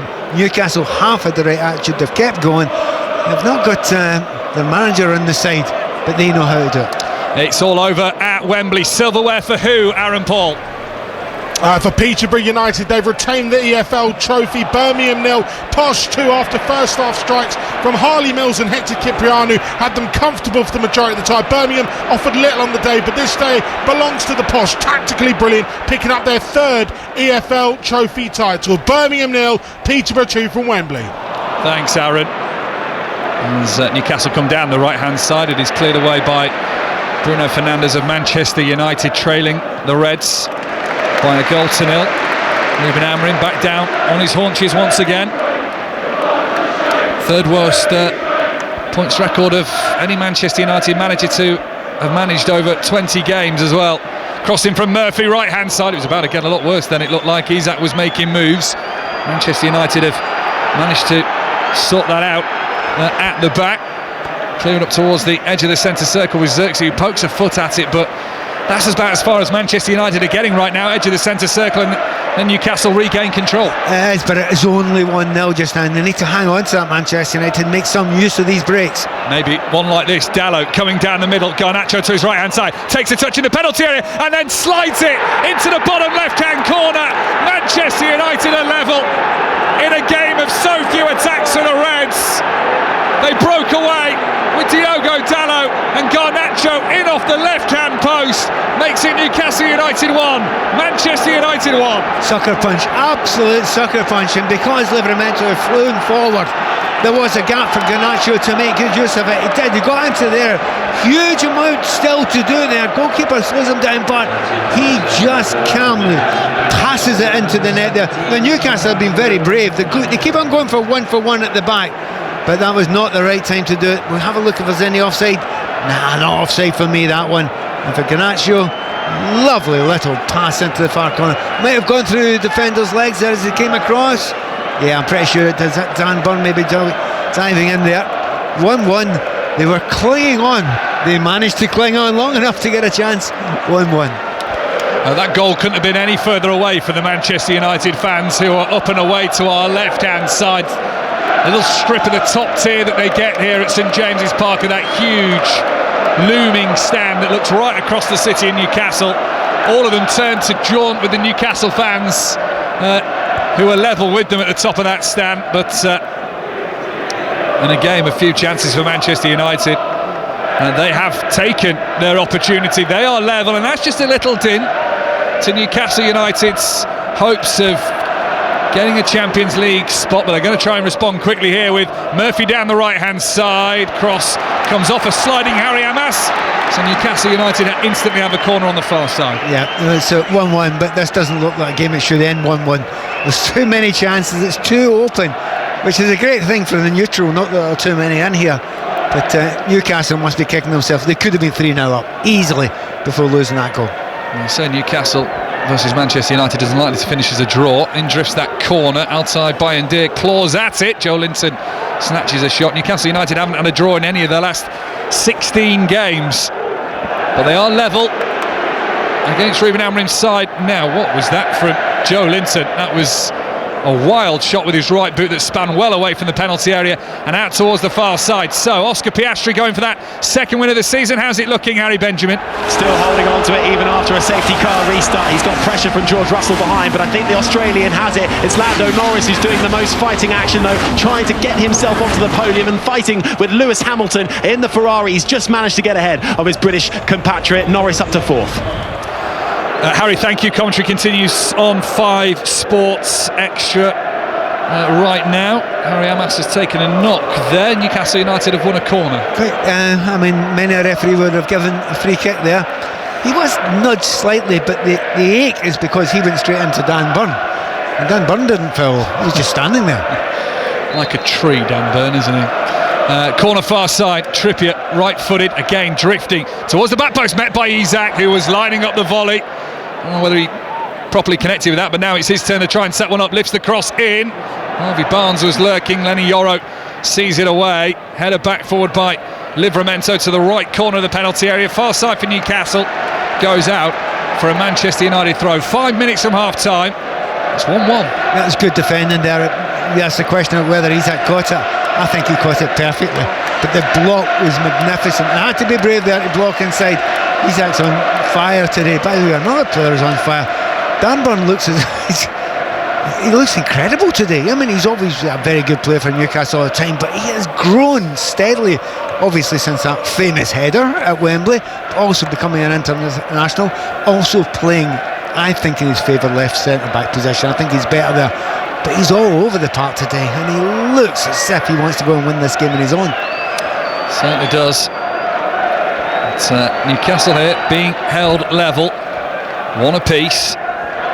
Manchester United's first Premier League game without Andre Onana in goal since May 2023. They were behind in that game as well against Fulham, and they ended up winning by 2-1. Bruno Fernandes with the winner that day, incidentally. Jadon Sancho also on the score sheet for Manchester United in that victory. Newcastle United on the near side left have won a corner. Won a throw in by the corner flag deep inside the Manchester United half with 4 minutes to half time. We'll bring you some reaction at the break as well from the earlier kickoffs in the Premier League. Chelsea coming from 2-0 down to draw with Ipswich 2 apiece. Newcastle won a corner here. Dalot clearing it away. Liverpool needed a late Virgil van Dijk winner to beat West Ham 2-1. Wolves, I mean, they were looking safe anyway, but have secured that now probably with everything but the mats, beating Spurs by 4-2. So Newcastle corner, near side the left.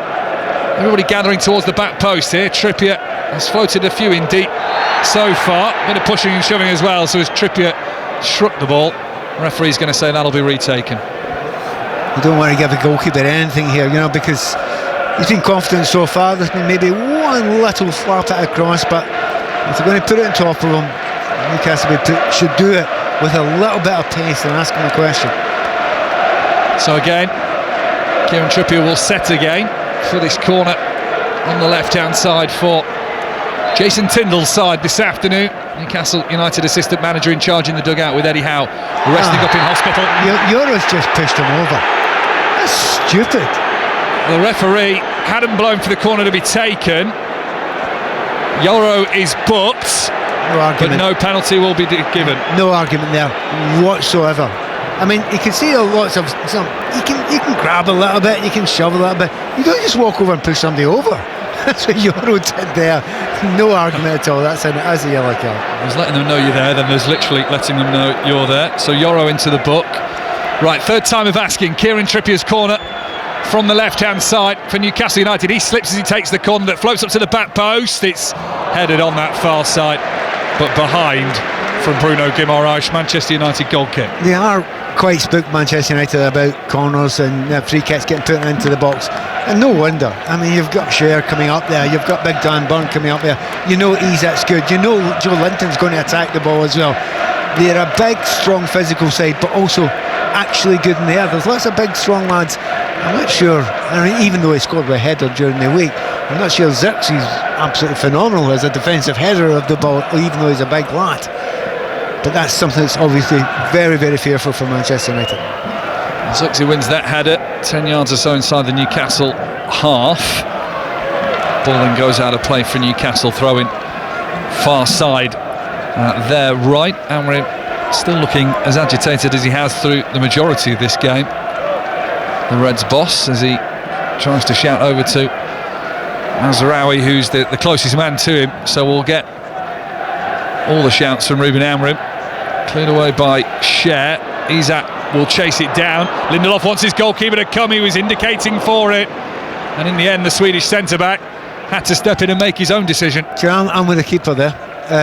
Bandor, come if you know you're going to get it. See, if you don't know, you don't come. That's nice by Manchester United. They've worked themselves out of a real tricky situation. And Garnacho, left-hand side, fires it in again twice, actually. And Pope makes the save. It runs to Dalot on the right, who initially wanted the ball. Garnacho's first cross was blocked, so he had a second go at it and caused problems for Nick Pope. Manchester United outside the box with Ugarte, who has that encouragement to shoot if he wants. There was space, they were standing off him. Now moves to the right, gets the cross in, but it's blocked by Harvey Barnes. At the first time of asking, he gives Manchester United a throw in on this near side. They're rarely out of their own half, Manchester United, in the last 15-20 minutes, but see when they are, they're dangerous. Very dangerous indeed. Xerxes got an absolutely gorgeous touch in the ball, but it's the pace of Garnacho and the intelligence, obviously, of Bruno Fernandes that are the major dangers here. Dallo's backed away towards the advertising boards here, which suggests a long throw in. 2 minutes of added time has gone up from the fourth official in towards the near post, headed back from where it came, and so it's going to be another Manchester United throw, which Diogo Dallo is preparing to take once again. Now, is it the same as before, or will he switch things up again? It's a big ask, isn't it? Because you get Dan Bunn right in front of. Yeah, not only is the problem beating the first man, it's then getting it past Dan Burn as Dallo gets a deep crossing, which Burn meets on the header and sends it away from the box. Eriksen's first on the recovery, nudges it back into his own half on the volley, which Mazraoui can take in his own time and give back to Bayern Deer, who right-footed sends the ball back into the Newcastle United half. Dan Burn wins that header. He wants to win everything, doesn't he? Every time the ball's anywhere, it doesn't matter if it's left back, right back, anywhere along the back line, corners, for and against. Big Dan's going for them all. Well, he's got a head start, a literal head start on many people, but it is very similar to where Dallo's just had those last couple of throw-ins, so I expect this one to go into the penalty area again. Victor Lindelof's made his way forward here. Xerxes, the man in the red shirt at the near post. Yoro now strides into the penalty area, so Dallo has wiped the ball, launches it from the edge of the touchline. Nick Pope made the early call, the right call, and clutches it at the chest height, then dives to the floor. Newcastle United 1, Manchester United 1, and there isn't too much time left of added time at the end of this first half.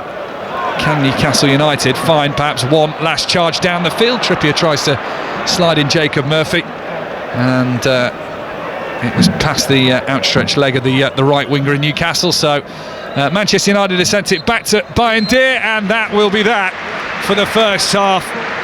Well, Newcastle's goal was sumptuous. Isak with a lovely lifted assist on the volley, cushioned over for Tonali, the smack in on the volley. But Manchester United have threatened on the counter and got a goal of their own that way. Garnacho right at the penalty area, slid it in off the post on the left-hand side of the goal, and Newcastle's charge to the Champions League is currently being stalled by a Manchester United side who have bigger fish to fry in 5 days' time in the Europa League. At the break, Newcastle 1, Manchester United 1. Yeah, but I think Newcastle United will be going very, very disappointed just now. They had large parts of the game. They had very, very good chances as well. There was a period there where they could have actually put the game to bed. Didn't manage to do it. And Manchester United have shown a bit of resilience in the last 10 minutes or so, and they do look very dangerous on the break. So, of the two managers, I was going to say Eddie Howe, well, wherever he is watching and listening just now, Eddie will be disappointed, as will Jason Tindall. But Ruben Amorim, I think he'll be delighted that he's going to win 1-1. As it stands, it's enough to get Newcastle up to 6th in the Premier League, but they're still behind Chelsea and Manchester City and Forest in this race for the highest competition in European football next season. Their fight will go on in the second half. At the break, Steve, 1-1. Yeah, Sandro Tonali is so special, Pat, isn't he?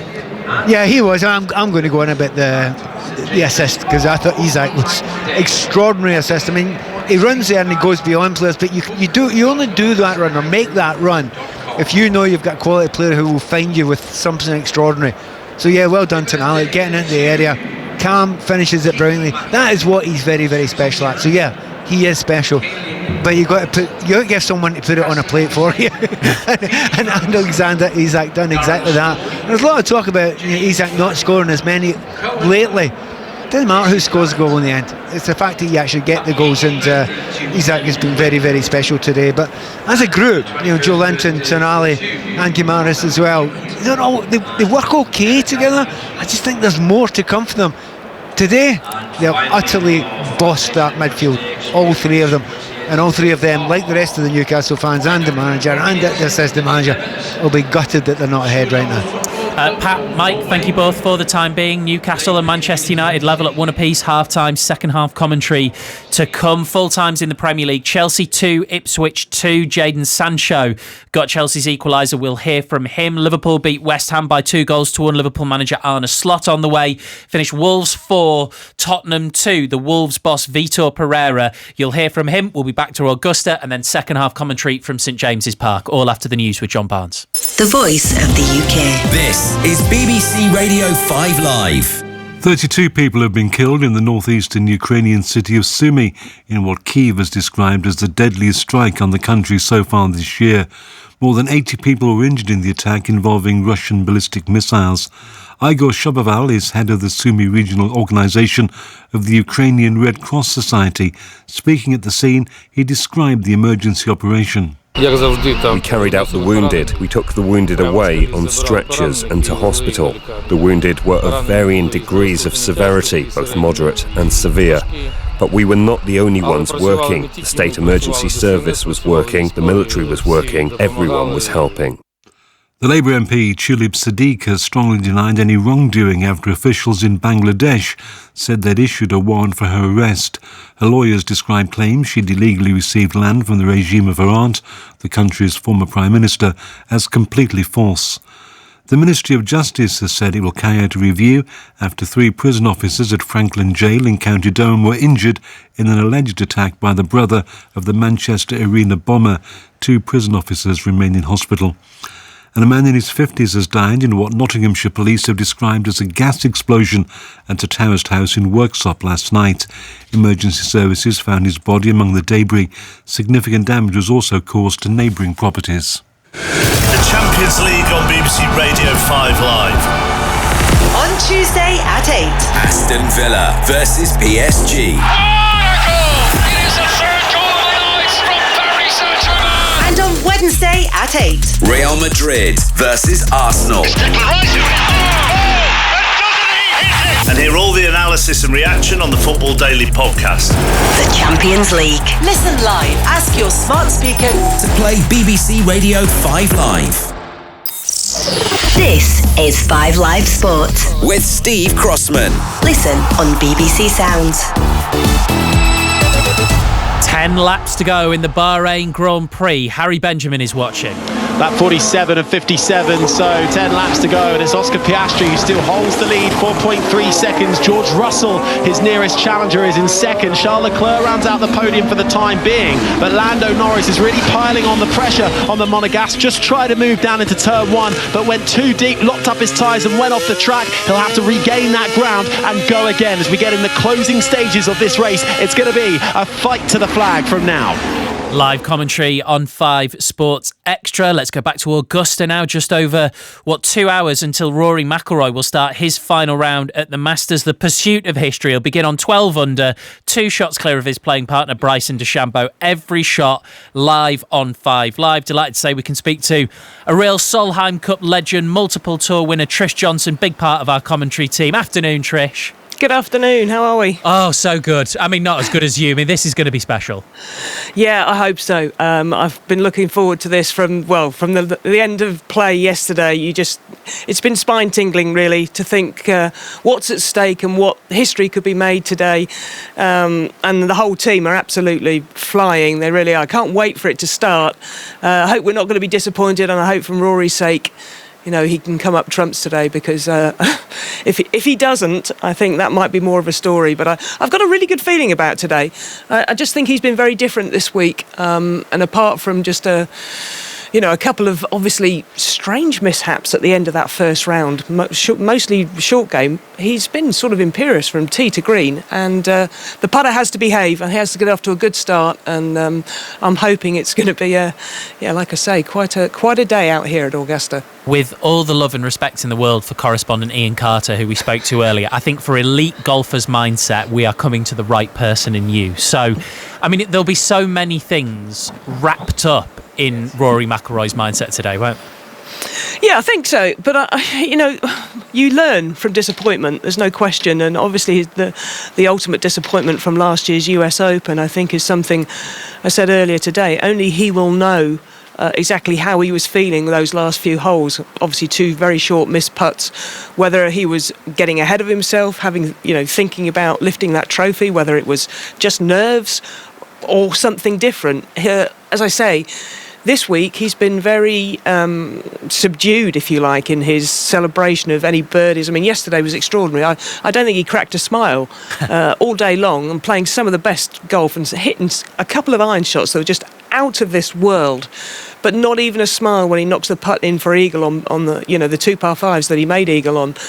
And even coming off 18, as good a round as that was, and the patrons were desperate to cheer him on and get some high fives, there was nothing at all. It was almost as though, I don't know, maybe he did get ahead of himself at the Open, and maybe this is what he needs, the way he needs to feel himself to get the job done today. But he's certainly been very different, and I certainly hope that continues today. Do you think it helps that it is, with the massive caveat, huge caveat, this is Augusta, anything can happen, but it does feel like everything that is likely to happen will happen between McIlroy and the guy who is playing next to him. So we will see it all transpiring within that one partnership.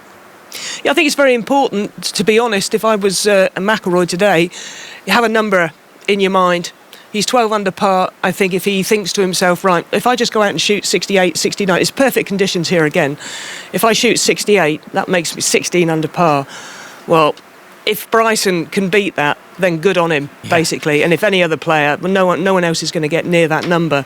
So, what you don't want to become embroiled in is a match play situation where you're watching what he's doing, what Bryson is doing, and then you're reacting to that, because that then becomes...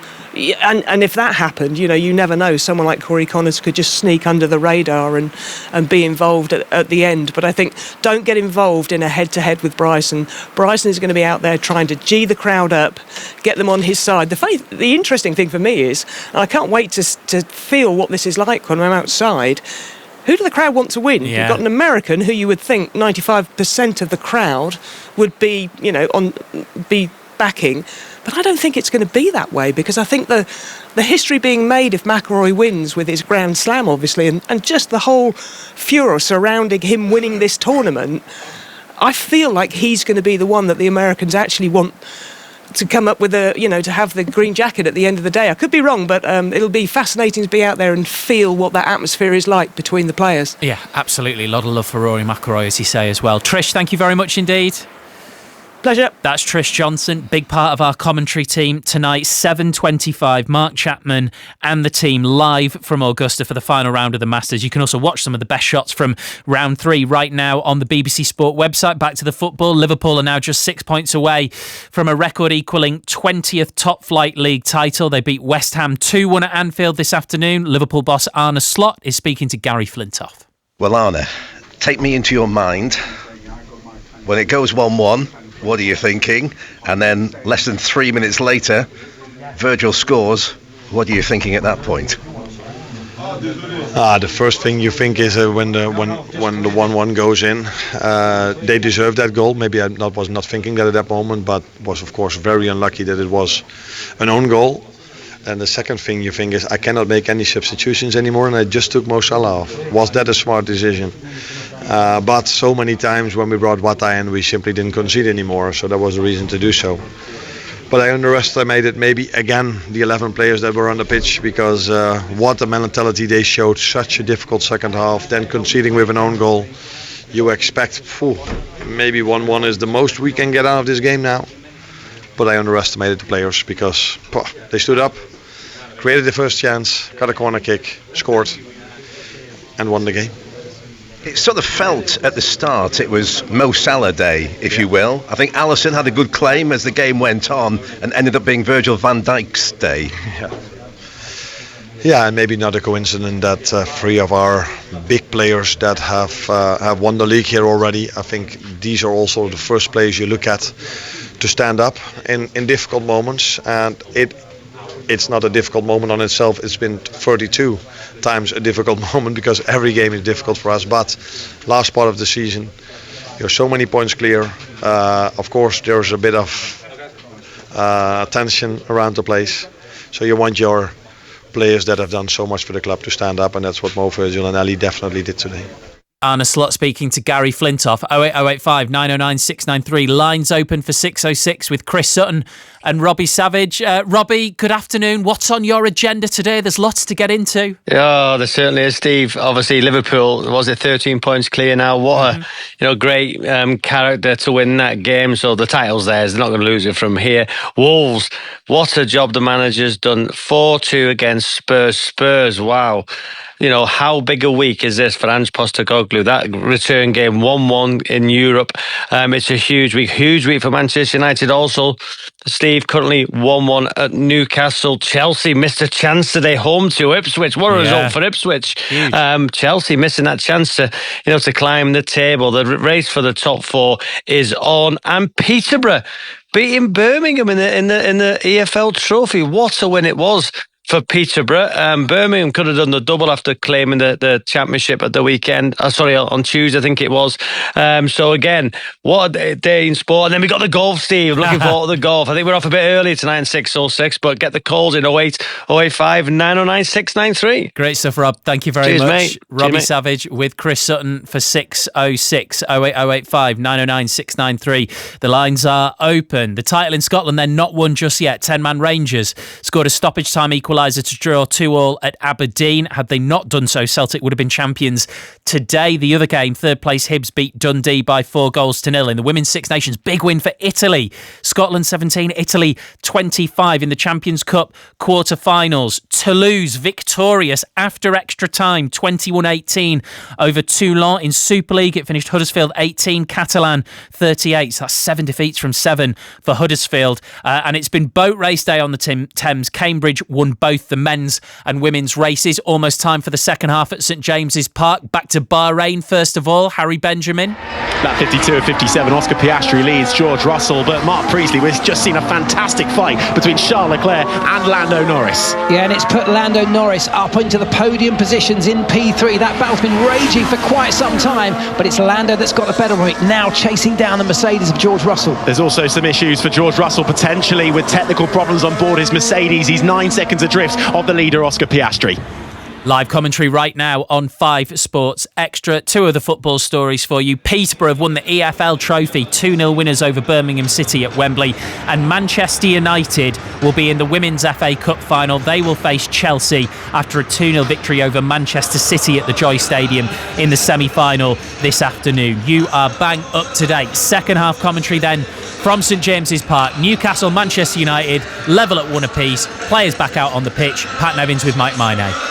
Yeah, thanks, Steve. Doesn't look like there's going to be any changes at the break from either side. Alejandro Garnacho's just had some strapping applied, I think, in and around his calf or ankle area. But yeah, team's back out.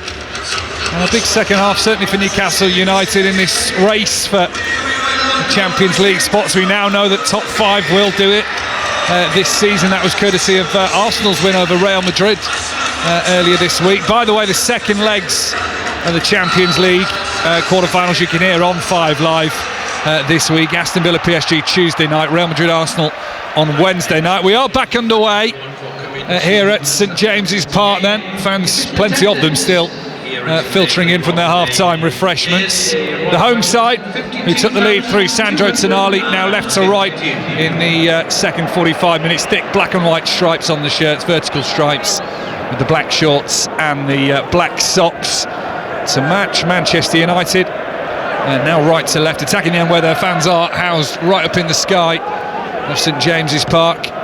Red shirts, white shorts, white socks from right to left. It is a lifted ball out towards the far side. Here's Harvey Barnes, left corner of the penalty area. Livramento's on the overlap, couldn't get the cross in. Mazraoui goes with him, forces him out towards the corner on the far side, and then nudged back by Harvey Barnes. 2 down, Burnham. Newcastle will build from the back and go again. Yeah, really unlucky Livramento. Almost gets into the corner there. Again, that understanding he's got with Harvey Barnes, and as you mentioned earlier on, seeing he's actually a right back, he's not really bad, is he, out there? He's been absolutely superb, dangerous all the time, and when they get Lewis Hall back on the left and Livramento on the right, you wouldn't know where to stop those two going forward. Newcastle now filling in slowly. What greater squad depth. Certainly an issue in their first season in the Champions League a couple of years ago. They do look set to be heading back to Europe's premier competition after a year out. Had some special nights here at St James's Park in that group stage time as well. I think they are better suited for it now. You're absolutely right. Stronger squad, but players understand it better. Header from Tonali finds Joe Linton. It was behind Isak on the playthrough on the edge of the D, so Manchester United are able to intercept then. Xerxes turns away from a sliding share and is suddenly heading towards the Newcastle penalty area. Dalot on the left-hand side gets a push from Tonali, but he seemed like he might be going down anyway, and I think that's what Chris Cavan has seen. He's not complaining about it at all, Dalot. There's a little bit of a push, but he's running out of legs. Amas, rare venture forward for him. The left-sided debutant, Premier League full debut today for Harry Amas, the 18-year-old. Takes a wild swipe at the ball, goes behind for a goal kick. And there's an issue here too. Sandro Tonali, who's got his boot off on his right foot. Yes, he has. I mean, it was a brilliant chase back there, wasn't it? Because they were under real pressure. And the more I look at it, the more I think, Dalot, what on earth are you doing? Why go down? Apart from the fact you're running out of legs and you're getting a bit tired after a very decent run and a sprint. But he's just thrown himself quickly to the ground there when he's half a chance of putting a shot away. And just having his socks readjusted by his teammate Bruno Guimaraes. So Pope's in goal for Newcastle. Running through the two teams whilst we've got chance. Trippier, Share, Byrne and Livramento. The back four, Guimaraes, Tonali and Joe Linton in midfield. Murphy, Isak and Barnes, the front three. For Manchester United, Bayern Deer in goal. No Andre Onana today. He's given the chance to rest ahead of Lyon on Thursday night. Was at fault for both goals against Lyon in the first leg of the Europa League quarter-final on Thursday. Mazraoui, Lindelof and Yoro, the back three. Dalot, Ugarte, Eriksson and Amas. As Newcastle put one right across the 6-yard box. Murphy on the pullback, and Harvey Barnes was there. It might have even gone in off Victor Lindelof, but Newcastle United are back in front. 3.5 minutes into the second half. They knew they had a couple of games in hand to make a real claim for Europe, and they're seizing the initiative once again. Newcastle United 2, Manchester United 1. That was a vicious break. The pace of it was extraordinary. But once again, I make no apology for going on about Tino Livramento. He is spectacular in this move. It didn't seem as if it was much on, but he flew forward on that left-hand side, and the ball he put in there is incredible quality. He gets the ball, he's just inside the Manchester United half. He's got to play Markham straight past him and then zips in an impossible area for anyone to defend. The ball's cut back there, which again is exactly the right thing for Murphy to do, and that's the easiest goal that he's going to score this season. It's a tap in from 3 yards. Again, it's all about the play and the build up to it, and well done Livramento. Harvey Barnes, definitely his goal, and scores twice in as many games for Newcastle United. Anthony Gordon who? Harvey Barnes is making that left wing attack his very own, and he has put Newcastle United back in front, leading by 2-1 at St James's Park, that has found its voice again. Just listen to the Magpie faithful. It's always worth underlining that, isn't it? I mean, there are clubs in the Premier League, big clubs in the Premier League, you don't get a great atmosphere all the time. It's never a complaint here, is it? Or very, very rarely a complaint here. And today, these fans have been up for it, and they are loving it now in the second half. They've won 11 of the last 15 coming in today. Newcastle United losing the other 4, but since that run began, of the 11 in the last 15, back on December the 14th, no side has won more games than Newcastle. Liverpool were level with them on 11 wins in those last 15 games as well. Liverpool beat West Ham 2-1 earlier. Now Newcastle United are doing the same against Manchester United here at St James's Park on 5 Live and the World Service. Trippier with a throw-in from the halfway line, right-hand side. Dan Byrne just nudged it to his left-hand side. Garnacho was coming in there. Livramento tried to do his best. Dalot then intercepts it, brings it down for the Reds as well. And now here's Garnacho. Tries to trick his way past Livramento. The pullback is there, but it was aimless. And Tonali can just stab it away, low and on the ground and up towards the halfway line. Newcastle leading by 2-1. Manchester United don't often concede much on the road. They've only bettered by Arsenal when it comes to conceding goals away from Old Trafford. They have shipped 2 here today. Murphy for Newcastle, now Tonali. And now Guimaraes from inside his own half, right at the centre circle, lifts it long and over towards that far side, and now Barnes can attack down the left for Newcastle. Joe Linton with him. Barnes tried to trick his way towards the byline. Hit Mazraoui.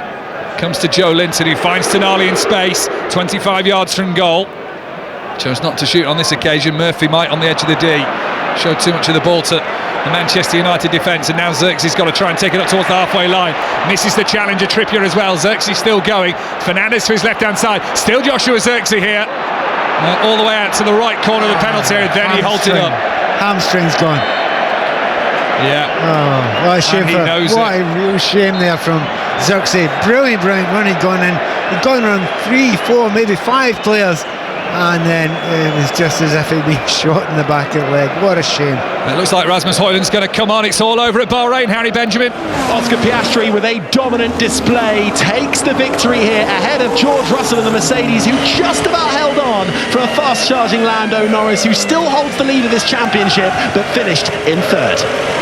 Harry, thank you. Full rundown will be on the BBC Sport website and app. There'll be more analysis in the Checkered Flag podcast as well, which you can get on BBC Sounds. It's also where this game is live from this afternoon. And if you missed the goal from Harvey Barnes to put Newcastle 2-1 ahead, you can rewind the live action as well. Probably rewind, 5-6 minutes or so, and you'll be able to get Harvey Barnes putting Newcastle United 2-1 in front. Tonali and Garnacho in the first half had us 1 apiece at the start of the second half. So really unlucky for Joshua Xerxes. His run was from inside his own half. He took it right to the edge of the penalty area, but at the last stretch the hamstring went, and that's his afternoon done. Absolutely 100%. The second that happened, you think Højlund must have known as well. He got right off his feet, right, get on there.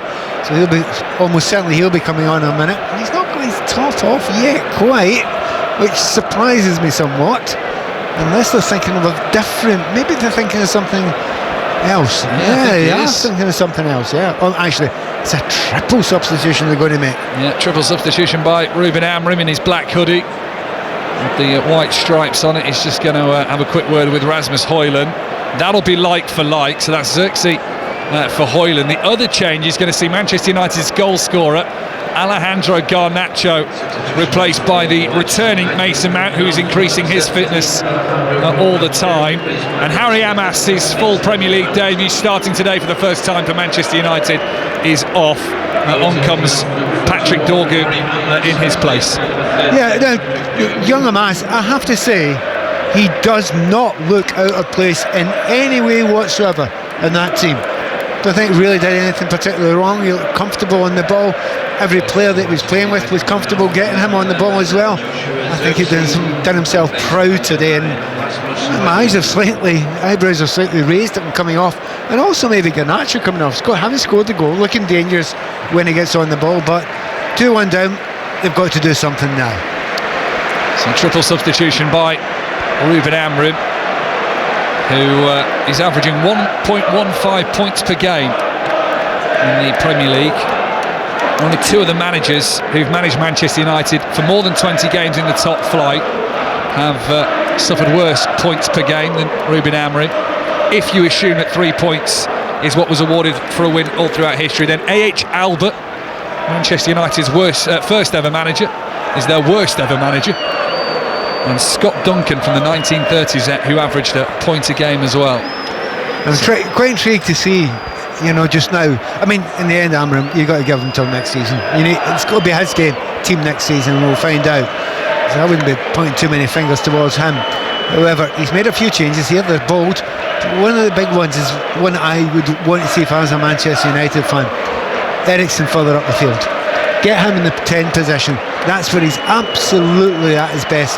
And certainly that's where he's positioned just now. He is just behind Rasmus Højlund, the substitute. Then the sun tries to break through the heavy, thick grey clouds that have come over St James's Park. Makes things a little brighter for now, as Murphy just cuts off Patrick Dorgu on the left-hand side, so plays it back to Nick Pope. And now Kieran Trippier is pulled down by Patrick Dorgu. Cheap free kick given away. They'll call that tactical, no doubt. Yeah, says we'll want to do, but it's one of those ones you take a chance really if you're Dorgu doing that. That's an easy yellow card for the referee to give. It must have been a slight temptation for the referee. I was just trying to see, just for a moment I thought Manchester United might go to a back four, Nope. Not a chance. Don't be silly. Not a hope. Not with Ruben Amorim in charge. 57 minutes played. Newcastle United 2, Manchester United 1 on 5 Live tonight.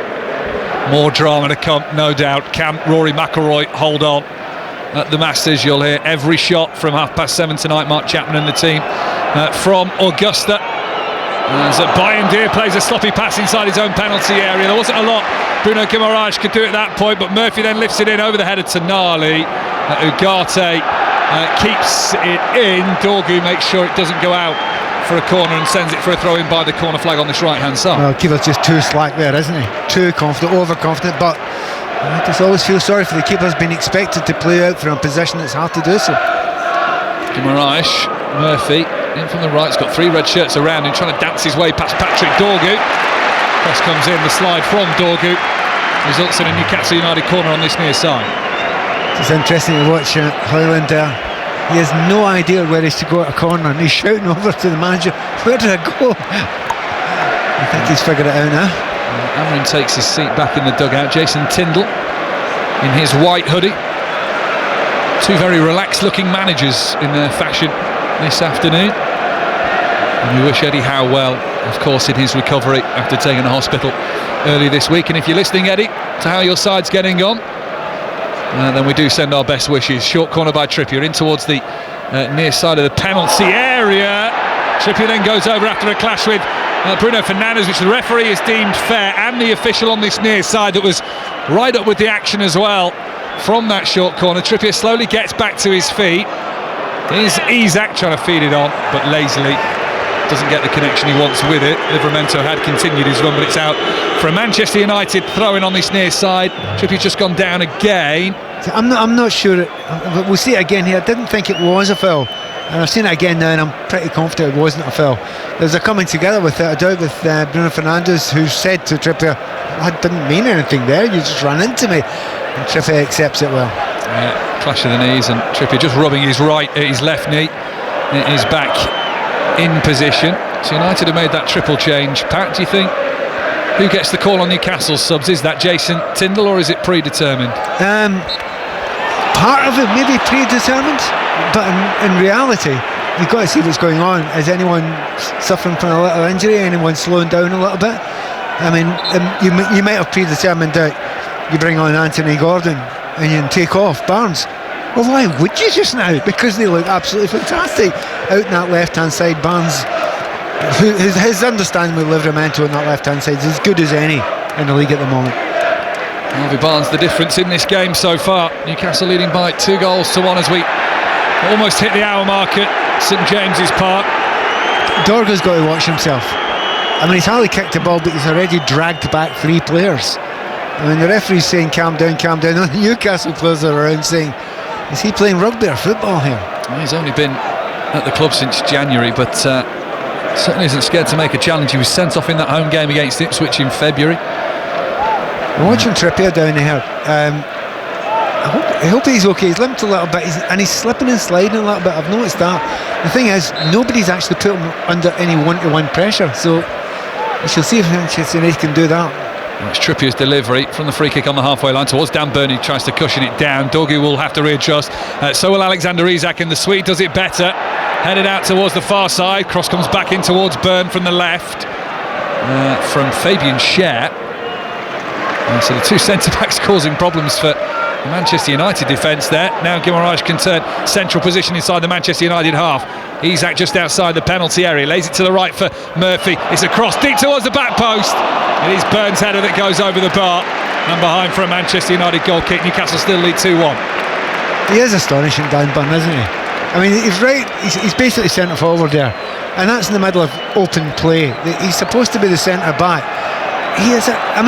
He's such a changed character. He has blossomed so much over the past. It's not just since the cup final, but the last little while. Here come Newcastle again. Isak lifting it over again towards Tonali. We saw that in the first half. Tonali lifts a looping one towards the back post. Bindier punches away before Harvey Barnes can connect with the ball. Here is Barnes just out the penalty area on the left, cross in. Bindier comes out quickly, gathers it, races towards the edge of his penalty area. and has no options to go to, or no suitable options to go to.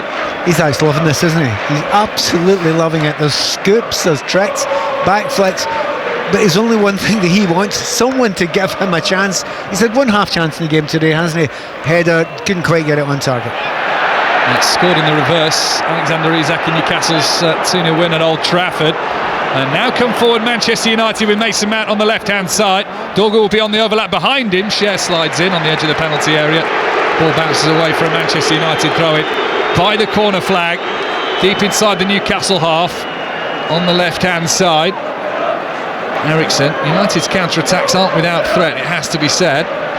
End product not quite there, bar the one effort they had from a counter-attack which they scored from with Alejandro Garnacho, who's now off the pitch. Eriksen, Ugarte, Yoro for Manchester United just inside the Newcastle half, left of centre. Yoro kept looking forward, didn't have that option, so went to Dorgu to his left-hand side. Fernandes and Eriksen play the 1-2. Now Ugarte as it moves towards the right-hand side. Here's Mazraoui. Uses support on the far side of the field. Manchester United right to left in his second half. And it's a ball forward by Ugarte that just straight into Joe Linton. Ball bounces into the Reds' territory, and then a slip at the back as well from Mazraoui. And here comes Harvey Barnes storming into the penalty area and scoring for Newcastle United to wrap up all 3 points. The man in form, Harvey Barnes, sends it into the top right-hand corner, and with a skip jumps by the corner flag. Jason Tindall with a clenched fist has a look back into the stand behind his dugout. That might do it for Newcastle United in a pressured week with games in hand. They're taking the advantage. Newcastle United 3, Manchester United 1. Well, I might talk about assists. Forget about assists in this one. This is all about the goal scorer. What a goal! I mean, it's a mistake with Manchester United. There's a little slip there, but you need to be able to take advantage of it. And the power, the physique that he's got, and also control of the ball. Mazraoui just slips over. When he's 1-on-1 with 2 defenders there, thinks nothing, just going straight for the heart of that defence. And it is, he's a knife through butter. Gets through it, and when he's in there, 1-on-1 with the keeper, you're not going to slip it in the side. He's just going to ping it into the top corner. What a phenomenal goal that is. He is in great form just now. 3-1, and probably deserved.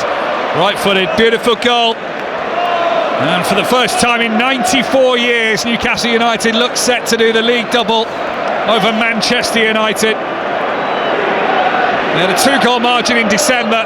They've got another one now at St James's Park.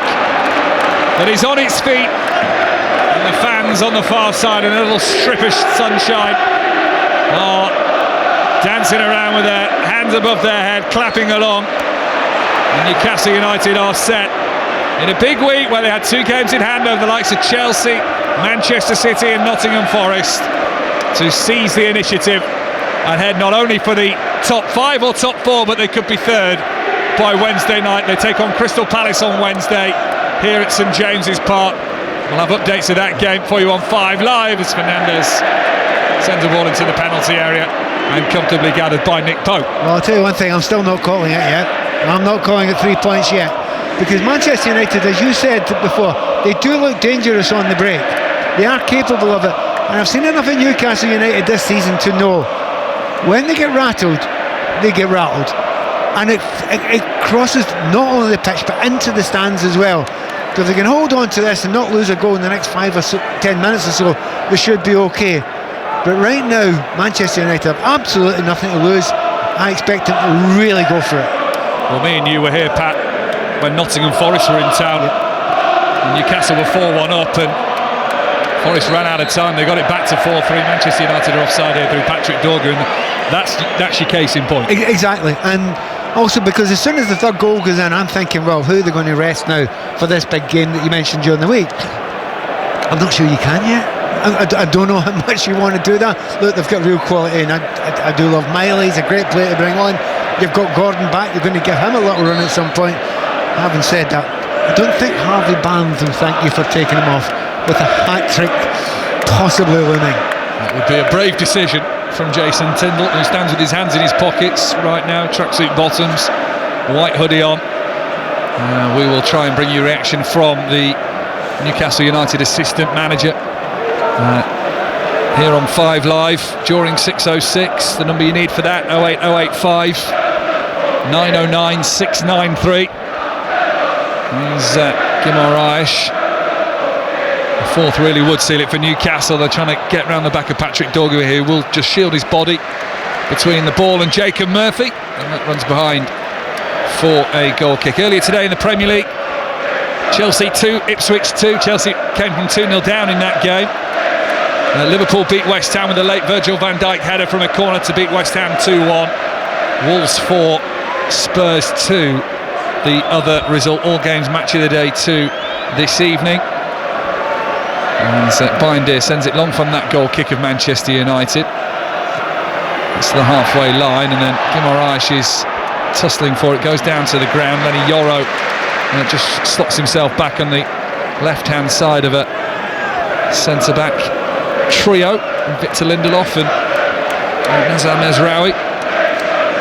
There's share for Newcastle United. Tonali just clips it up out towards the left-hand side. Dan Burn. It was a spinning ball, so struggled to control it. Back to Tonali and lifted up by Livramento on the far side. Newcastle's left. Chase on here between Barnes and Mezraoui. Mezraoui was always favourite for it, had the advantage in terms of the yardage. Back to Bindeer, who quickly plays it to Bruno Fernandes. Hoyland tries to get the turn on Cher, and Cher holds him back, so free kick to Manchester United, which they take quickly. Mason Mount out towards the right hand side. Dalot, we played 68 minutes, we're past the midway point of the second half. Challenge comes in from Livramento, takes the ball away from Dalot, and will move closer and closer to the halfway line. But listen to those fans in the background that are singing Tino, Tino. And there's a reason for it. They watch this lad all the time. They know how fabulous he is. Isak gets the turn on Eriksson, heads towards the penalty area. Murphy to his right hand side. Goal scoring king against the assist king for Newcastle United this season. Teaming up once again. Tonali has the space, 30 yards out, but quickly closed down, so didn't take on those fan shouts of shoot, Murphy's offside. He questions how. The official was banging in line with it. And United's free kick taken quickly has put them in all sorts of problems. Edge of the penalty area, Yoro and Fernandes. Well, that was nearly a real scrappy mess for Manchester United. Yeah, but they need to take chances. And they need to move the ball as quickly as they possibly can. Mason Mount has come on, he's not really getting involved in the game, but you know the quality he's got. It's such a difficult career he's had since he left Chelsea, isn't it? After having a brilliant start to his career there. And Yoro on the ball for Manchester United now. Patrick Dorgu, a Manchester United side who started today 11 points worse off than they were at this point last season. Newcastle United 9 points better off than last season after 30 games. And they are only 3 points worse off than the year they qualified for the Champions League as well. Lovely turn by Harvey Barnes into the penalty area, left hand side. Sliding challenge that comes in from Mezraoui, and that's going to be a Newcastle corner on the far side. They've been shredded on that right hand side of their defence, Manchester United, time and time again. It doesn't matter whether it's Livramento or Barnes, or this time both of them working together. And that may be partly that, you know, the system isn't right, it's not working, we've got not the right players in there, but you're also against real quality back there. And at the moment, I was in at half time, I chatted to one or two journalists, and one of them said to me, a wee bit lack of quality in this game, and I'm thinking, have you seen Livramento? Have you seen the brilliance of Isak? There's some real quality there just now, and most of it's in black and white at the moment. Well, those fans in black and white behind Kieran Trippier have just given him a round of applause as he headed over to that far side to take this Newcastle corner on their left. It's another drifting one towards the back post. It'll look for Dan Burn, who heads it in towards the near post. Bindeer didn't get there ahead of Guimaraes, but got enough of a touch just to stop Newcastle doing anything more dangerous with that ball. Here on Newcastle United with Guimaraes back to goal at the minute with Patrick Dorgu pushing and wrestling with him. A little pull of the shirt from both sides there. Here's Murphy. Uses his body to try and get past Manuel Ugarte, had the turn, but then ran into Patrick Dorgu. Lenny Yoro can slide it away, but it's cheap and easy for Tonali to intercept out of Mason Mount. And now there's a little turn of pace on the left-hand side byline for Newcastle to try and do something with Fabian Schär. Bruno Fernandes is on the edge of his own box. He's got the skills, but he's turning himself into more danger. Tonali trips him up, and the referee has given Manchester United the ball. Well, this sums up the kind of fervour of these Newcastle players at the moment. Talking about Dan Burns quite a lot of the time. He's up there, he's centre forward, he's left wing, he's everywhere, right? Well, he sat back this time. The ball went into the left wing. It's Fabian Schär who's actually out there. This isn't open play that this is happening. They've got such a belief about it, such a willingness, such a desire, such a love of the game at the moment, these Newcastle players. Newcastle side that just seem to be finding form at the right time. They lead Manchester United by 3-1. 72 minutes played here at St James's Park. Some very faint shadows being cast by the floodlights. Yoro intercepted by Tonali again, who is reading the play brilliantly this afternoon, it has to be said. Yeah, if you're a Manchester United player right now, it's very, very hard because the way they've been closed down all over this field, and here, listen to the reaction of the fans.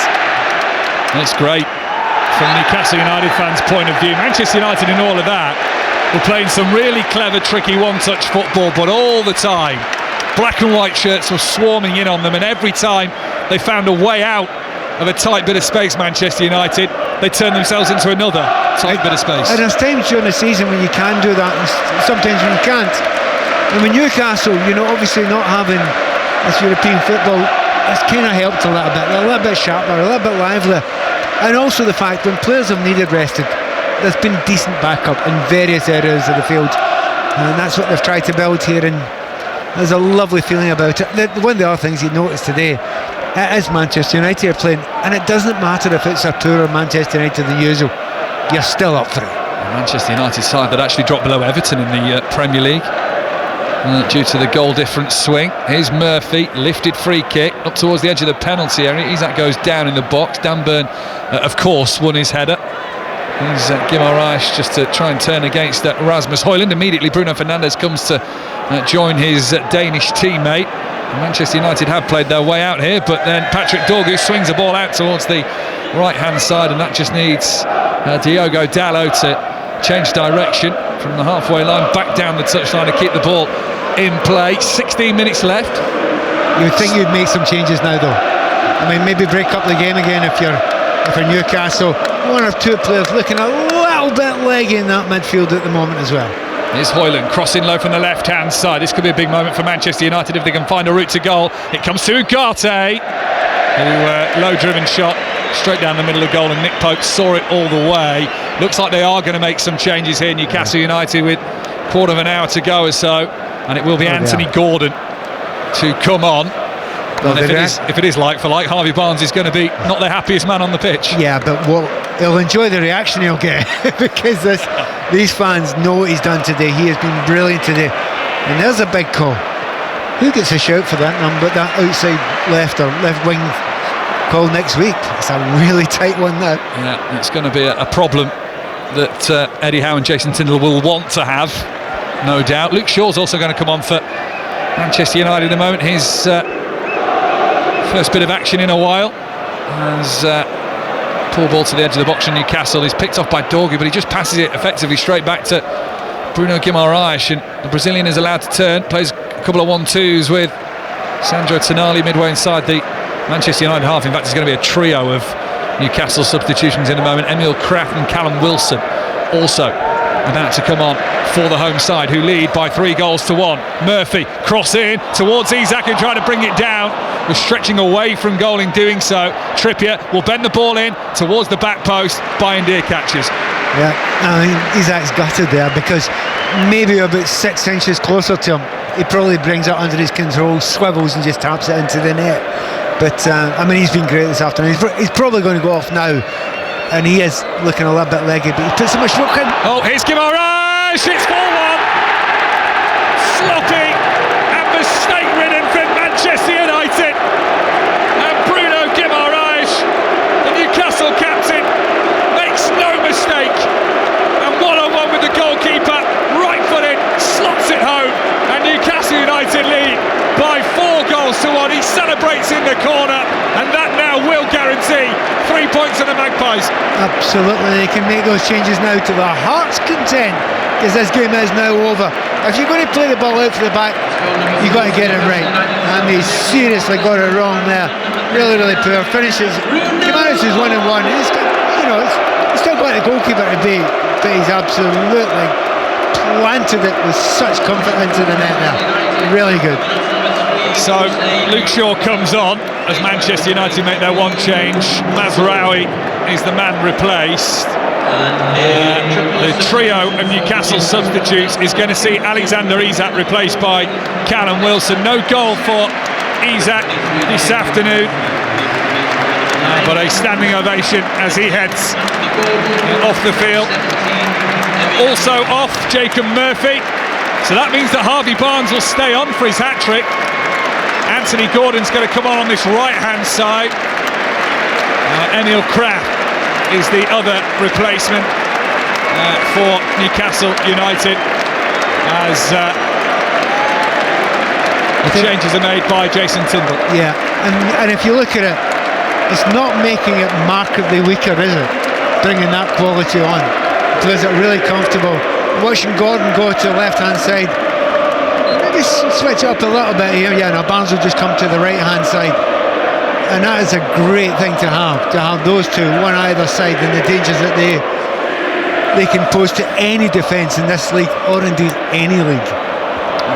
Harvey Barnes against Luke Shaw now then. On this near side of the field, Newcastle's right, Manchester United's left. Here are the first touches since December for Luke Shaw, who's had a season plagued by calf injuries. The 4-0 win over Everton on the 1st of December, his last Premier League appearance before this one today. And he's come into the situation with his side 4-1 down. See if you get a fully fit Luke Shaw, he is perfection for the system. He can play left centre back absolutely comfortably, left wing back when he was at his best, and his pace phenomenal. He is the perfect player if you can get him fully fit and keep him fit.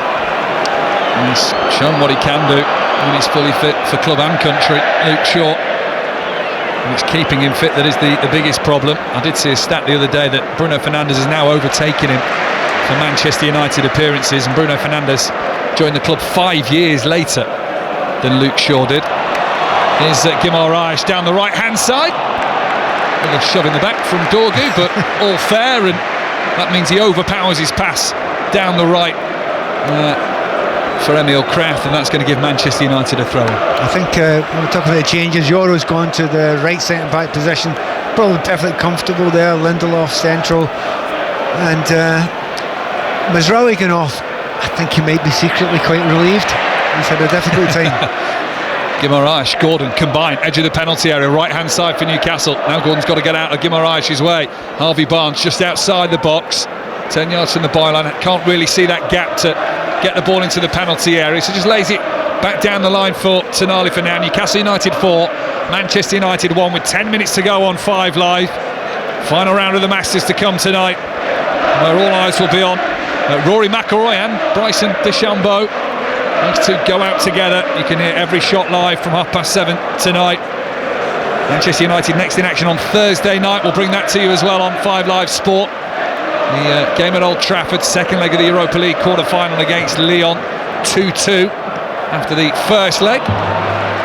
Guimaraes tried a little flick there, a fancy twist of the ball as it went between his legs, and it hasn't gone to plan. Manchester United throw. Yeah, Guimaraes just says, well, why did you run out of the way? Well, you weren't looking where you were going to pass the ball, so how is he supposed to know where it's going to go?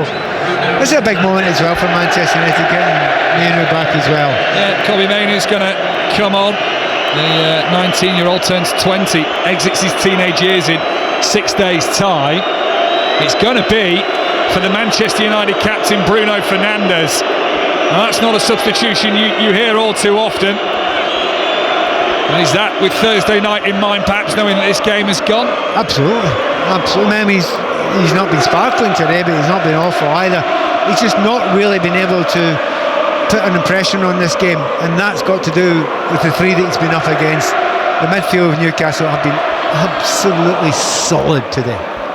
First game since the 2-0 home defeat at Crystal Palace for Kobbie Mainoo in the Premier League. Tonali sticks out a leg, beats Christian Eriksen to the ball. from that situation coming down this near side.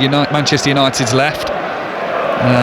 It will be a throw-in that Newcastle will accept, I think. Here's Dorgu, gets the throw-in quickly from Christian Eriksen. 8 minutes to go here at St James's Park, and Newcastle United lead by 4-1. And 1-1 at the break in the second half. Up stepped Harvey Barnes with 2 of them, and also Bruno Guimaraes with what is now the crowning 4th goal for Newcastle United. And the way this game has gone, you wouldn't put it past another goal happening for either side, because Manchester United on the break have looked threatening at times. Here's Luke Shaw, left back position, lifts it up in the air. Kraft brings it down the top of his boot as the ball was lifted up in the air, but couldn't find another black and white shirt. Mount out towards the left-hand side for Dorgu. Draws level with the corner of the penalty area, gets it to the back post. Livramento heads it across the penalty area. Harvey Barnes helps it on its way out of the 18-yard box. Now Dorgu again, left corner, squares it in towards Mason Mount, takes the shot on with no power and no conviction, and that's an easy catch for Nick Pope, who wants to get things off and running pretty quickly. That was the goalkeeper's decision. Tino Livramento not quite on the charge. What I was expecting was for Anthony Gordon to fly forward in front of him and drag a defender so he could get somewhere to run. But Anthony Gordon just jogged up there, so it kind of took all the momentum out of it. And at this moment in time, you're getting the Blade Races thing here, so they're celebrating the Newcastle United fans, but there's a psychological difference between 4 and 5, isn't there? Massive psychological difference. 4 is bad, you hate it. 5's a hammering. So A, Manchester United don't want that to happen, but B, these Newcastle fans would love to get a rare 5, not an unknown, but a rare 5 against Man United. Yeah, funnily enough, they beat Manchester United with 5 goals under Kevin Keegan, who they paid tribute to. Had a kick-off with a flag mosaic on the far side and 2 banners behind either goal, 2 large flags. Lewis Miley, he's going to come on, as is Sean Longstaff in a moment too. Sean Longstaff, one of 5 Newcastle players in the squad today that started that League Cup final between the pair a couple of years ago, when things were only just beginning under Eric Ten Hag. For Newcastle United, it was that first Wembley appearance in a long time. They came back 2 years later, and this year won the League Cup. So Bruno Guimaraes replaced by Lewis Miley, who scored in that 4-3 game me and Pat were here to see against Forest back in February. Also off for Newcastle's Joe Linton. Sean Longstaff comes on for his 15th substitute appearance of the season, his 23rd overall. Joe Linton, is that a little word? Doesn't look very happy, getting shoved off. He had a wry smile to begin with. I wonder if he wanted to take a little bit long, but the referee said, come on. I think it was Ugarte and him having a little bit of a dig at each other there. Joe Linton helped off by Bruno Guimaraes, who kept forcing him further and further. In fact, he's not finished, has he? He's also laughing. He's also laughing while he does it. He's enjoying that moment there. And brought in Miley and Longstaff, and again 2 players that they're not going to massively weaken the team, are they? Lindelof just fired a ball to Rasmus Højlund, who actually took that really well on the chest. 5 minutes to go. Newcastle 4, Manchester United 1. Mainu flicks it round the corner. Livramento intercepts. Now Gordon, the substitute, chases down Lenny Yoro. Means a throw-in for his side level with the corner of the penalty area out on that far side. Newcastle's left. Intercepted by Dallow. Here's Højlund backing further and further into his own half, and Newcastle swarmed him on the ball. They have it inside the centre circle. Sharon Tonali just rolling the ball between them so casually, so easily, so without pressure. Kraft towards Harvey Barnes, who gets a little shove in the back and wins a free kick 15 yards or so inside Manchester United's half. I just thought they may have given Dunbar a wee chance to go up again. I think he's been looking for a goal all afternoon. He's got a taste for it now, hasn't he? He might have scored 1 big goal recently, Dunbar. Possibly one of the great iconic goals in Newcastle United's long history. Most certainly so. One at Wembley at the League Cup. And to put Newcastle 1-0 up before Alexander Isak made it 2. Liverpool may have scored late, but Newcastle won't remember that Liverpool goal. First trophy in 70 years for this side from the northeast. A lot of history at this club. They want to make more. They want to get back in the Champions League. They're doing so. They're in the top four as it stands with this 4-1 win over Manchester United. Barnes just chips it on through for Longstaff to make the run on the right corner of the penalty area. And as Ugarte steps across with Kraft, Ugarte's touch is last. And that's going to be a throw to Newcastle by the corner flag on this near side there, right. Because Manchester United want this to finish, don't they? They're desperate to get out of this. I mean, they were overpowered in the second half. The pace from Newcastle United, the closing down has been startling at times, absolutely brilliant. But the pure class on the ball and the finishing and the creation has been exceptional. I'm talking about class on the ball. Longstaff just kicks it out under no pressure whatsoever. But in general, it's been a fine performance by Newcastle United, and they look like a team. You look at other teams that are struggling a bit with problems obviously with Chelsea at the moment. Aston Villa have got a lot on their plate at the moment, and just look at Newcastle. They are flying as they go into this last period, trying to get in that top 5. 12 wins in 16 with this win over Manchester United, 4-1 that they have. 6:06 to follow. 08085 909 693. Newcastle fans, you've got to be in the driving seat. Manchester United fans, it'll be interesting to hear what you make of the decision to drop Andre Onana, and Bindier under pressure. Inside his 6-yard box, he had Gordon racing in on him quickly and had to adjust his feet. It was a shuffle. Whether he quite meant the piece of skill that he did or not, he got away with that. I think you have nailed it there, absolutely nailed it. It looks brilliant, but he kind of didn't know what he was doing. He did a Cruyff and he tried to do a Maradona. Got him out of trouble, and it prevented Manchester United conceding a fifth. So yeah, let's hear from you, Manchester United fans, tonight on 08085 909 693. What do you make of the decision to drop Andre Onana? Who would you play on Thursday night? I'm not convinced it's the most important question they need to ask. I think there's a lot of other questions about Manchester United. I'll just add it to the bottom of the list, I think. Yeah, it's one on the list. But in this second half, to be honest, I couldn't see there's any United players that's not putting the effort in. I wouldn't say that for a second. I think there's been a liveliness and a sharpness to some of their play, but in terms of pure quality and feeling like a group or a team together, they just look a long way away from top level. Fourth side this season, Newcastle, to do the double over Manchester United. The most Manchester United have been hit by that since the 1957-58 campaign, when also 4 sides did the double too. Mainu, nice spin right at the centre circle. Turn out towards the far side touchline. Now Dallo up against Livramento. 30 seconds left of the 90 here at St James's Park. Square pass to the left-hand side of the D now for Luke Shaw, left-footed, killing it towards Højlund, who heads it under pressure from Cher, well wide of the goal, and a goal kick to Newcastle. And I suppose if you're Newcastle just now, that's all you're looking at. Is everyone going to survive it to the end? Do you go for that and push for that 5th goal? I'm saying the last thing you want is one of these players that are set to get injured, because the back line looks great. You know, Dan Burn has been brilliant, but they understand between him and Cher. Cher's just come down there, looks like a little bit of cramp. You don't want anything to happen to them the way they're playing at the moment, because that whole back line is set and looking good. 5 minutes of added time here at St James's Park, and Jason Tindall will be very happy with his afternoon's work leading the dugout as Eddie Howe recovers. Did have a managerial spell at Weymouth.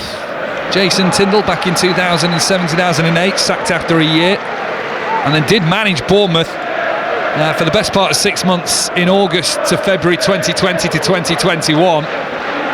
Eddie Howe left the club in August. Jason Tindall took over with the club 8 points outside the automatic promotion place in the Championship. They parted ways in February.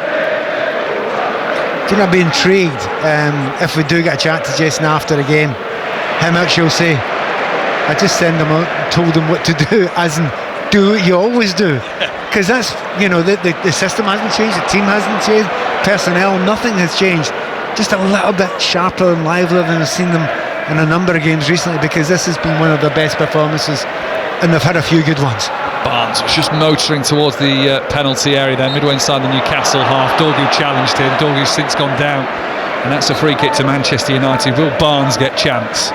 One final chance for that hat-trick, maybe. I'd just be intrigued if Newcastle got a penalty, would they allow them to take it? I'm sure he'll be running over to that ball instantly to... Forget penalties, if there's a free kick anywhere near the box, he'll be having that as well. Gordon and Yoro tussling on the far side, deep in the Manchester United half. Back to Bindir it goes, who slides and slips as he kicks the ball high in the air back towards the halfway line. Dan Burn wins the throw-in on the far side. Still got 3 minutes to go with the 5 minutes of added time, and Ruben Amorim back to pacing his technical area, head bowed to the floor. Another difficult afternoon for the Manchester United manager.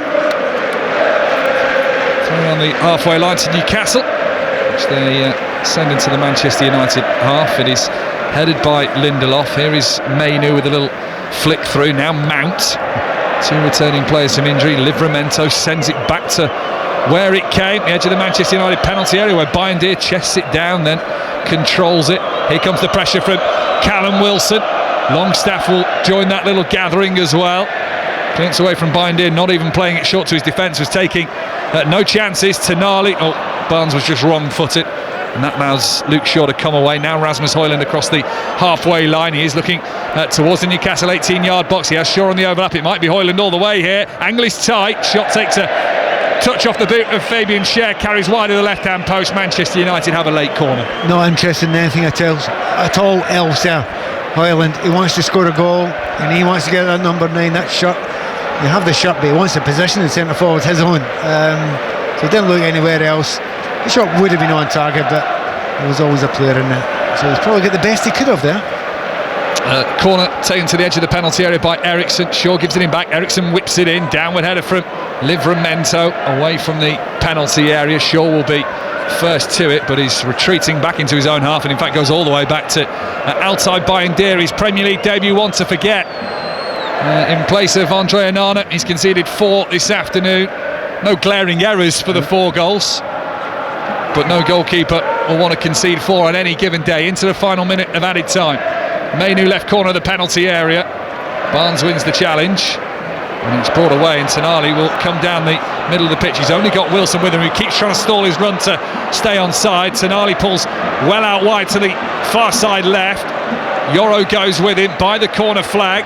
Tonali holds it up, lays it back, gets the cheer as he does so as well. Uses Lewis Miley. Now Anthony Gordon.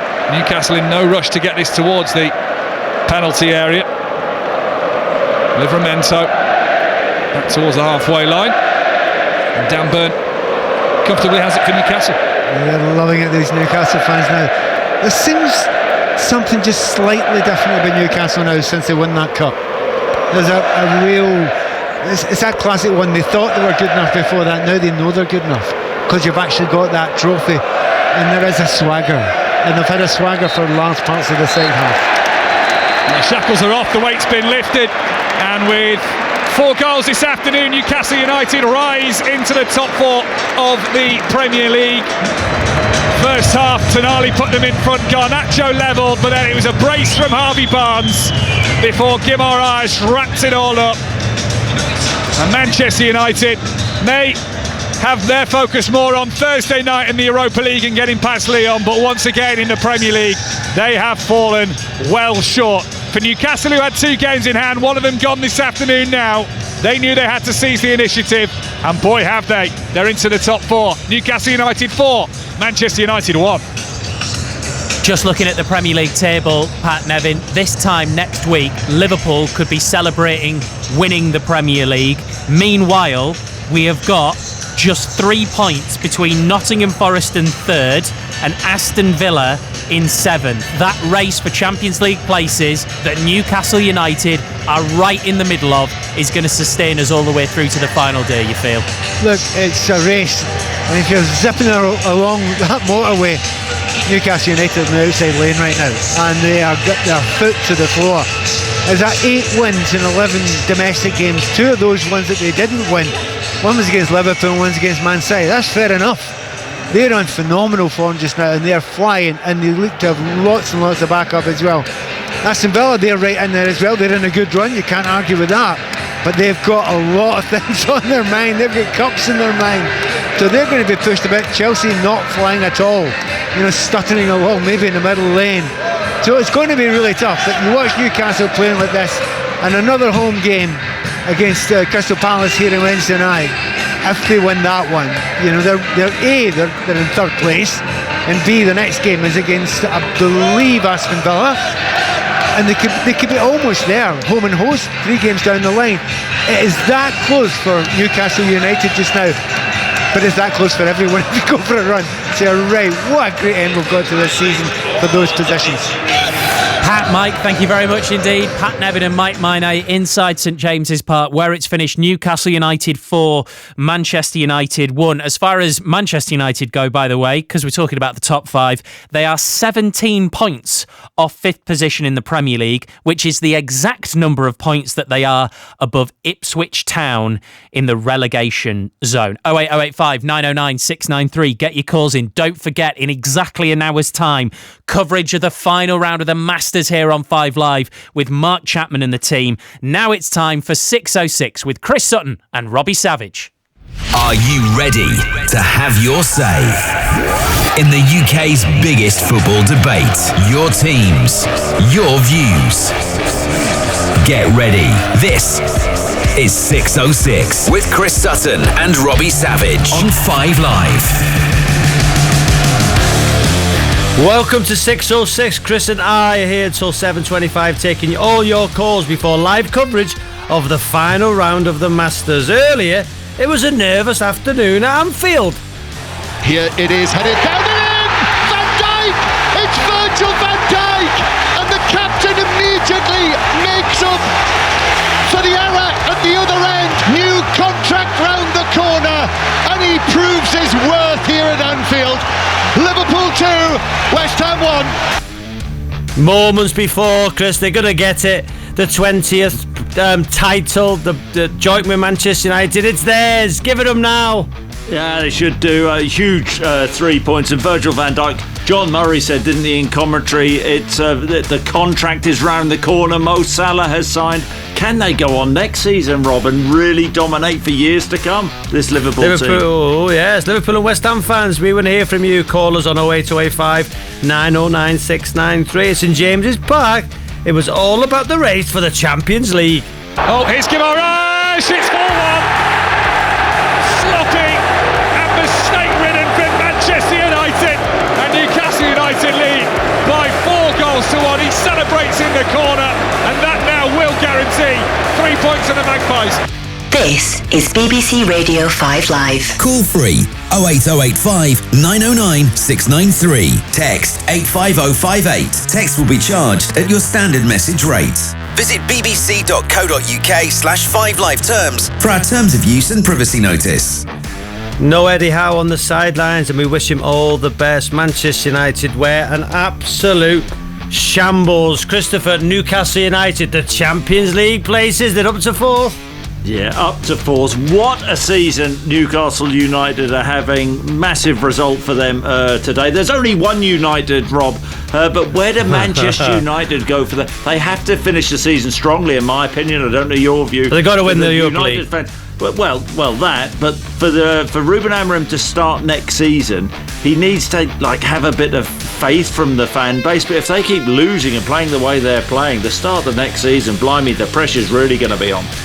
Newcastle and Manchester United fans, we want to hear from you. 08285 909 693.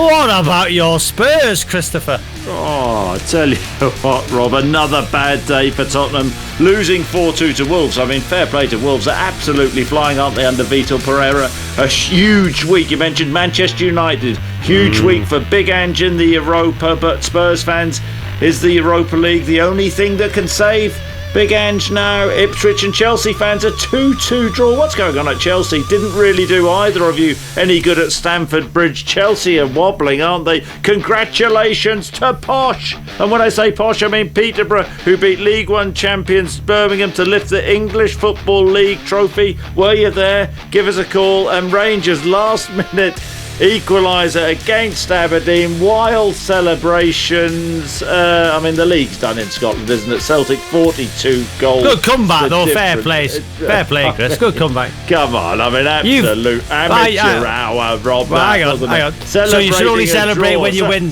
When you win things. Celebrating the fact that the league is done. Come on, just ask come it. on, Let me just ask the Rangers bench. You're better than that. Come on. Let me just ask you something. Are you doing a night with fellow Celtic legends because you got to a final? Am I wrong in hearing that? The road to Seville? That's totally different, Rob. I mean, that's you didn't win it. I mean, it's not not the same thing. In front of people?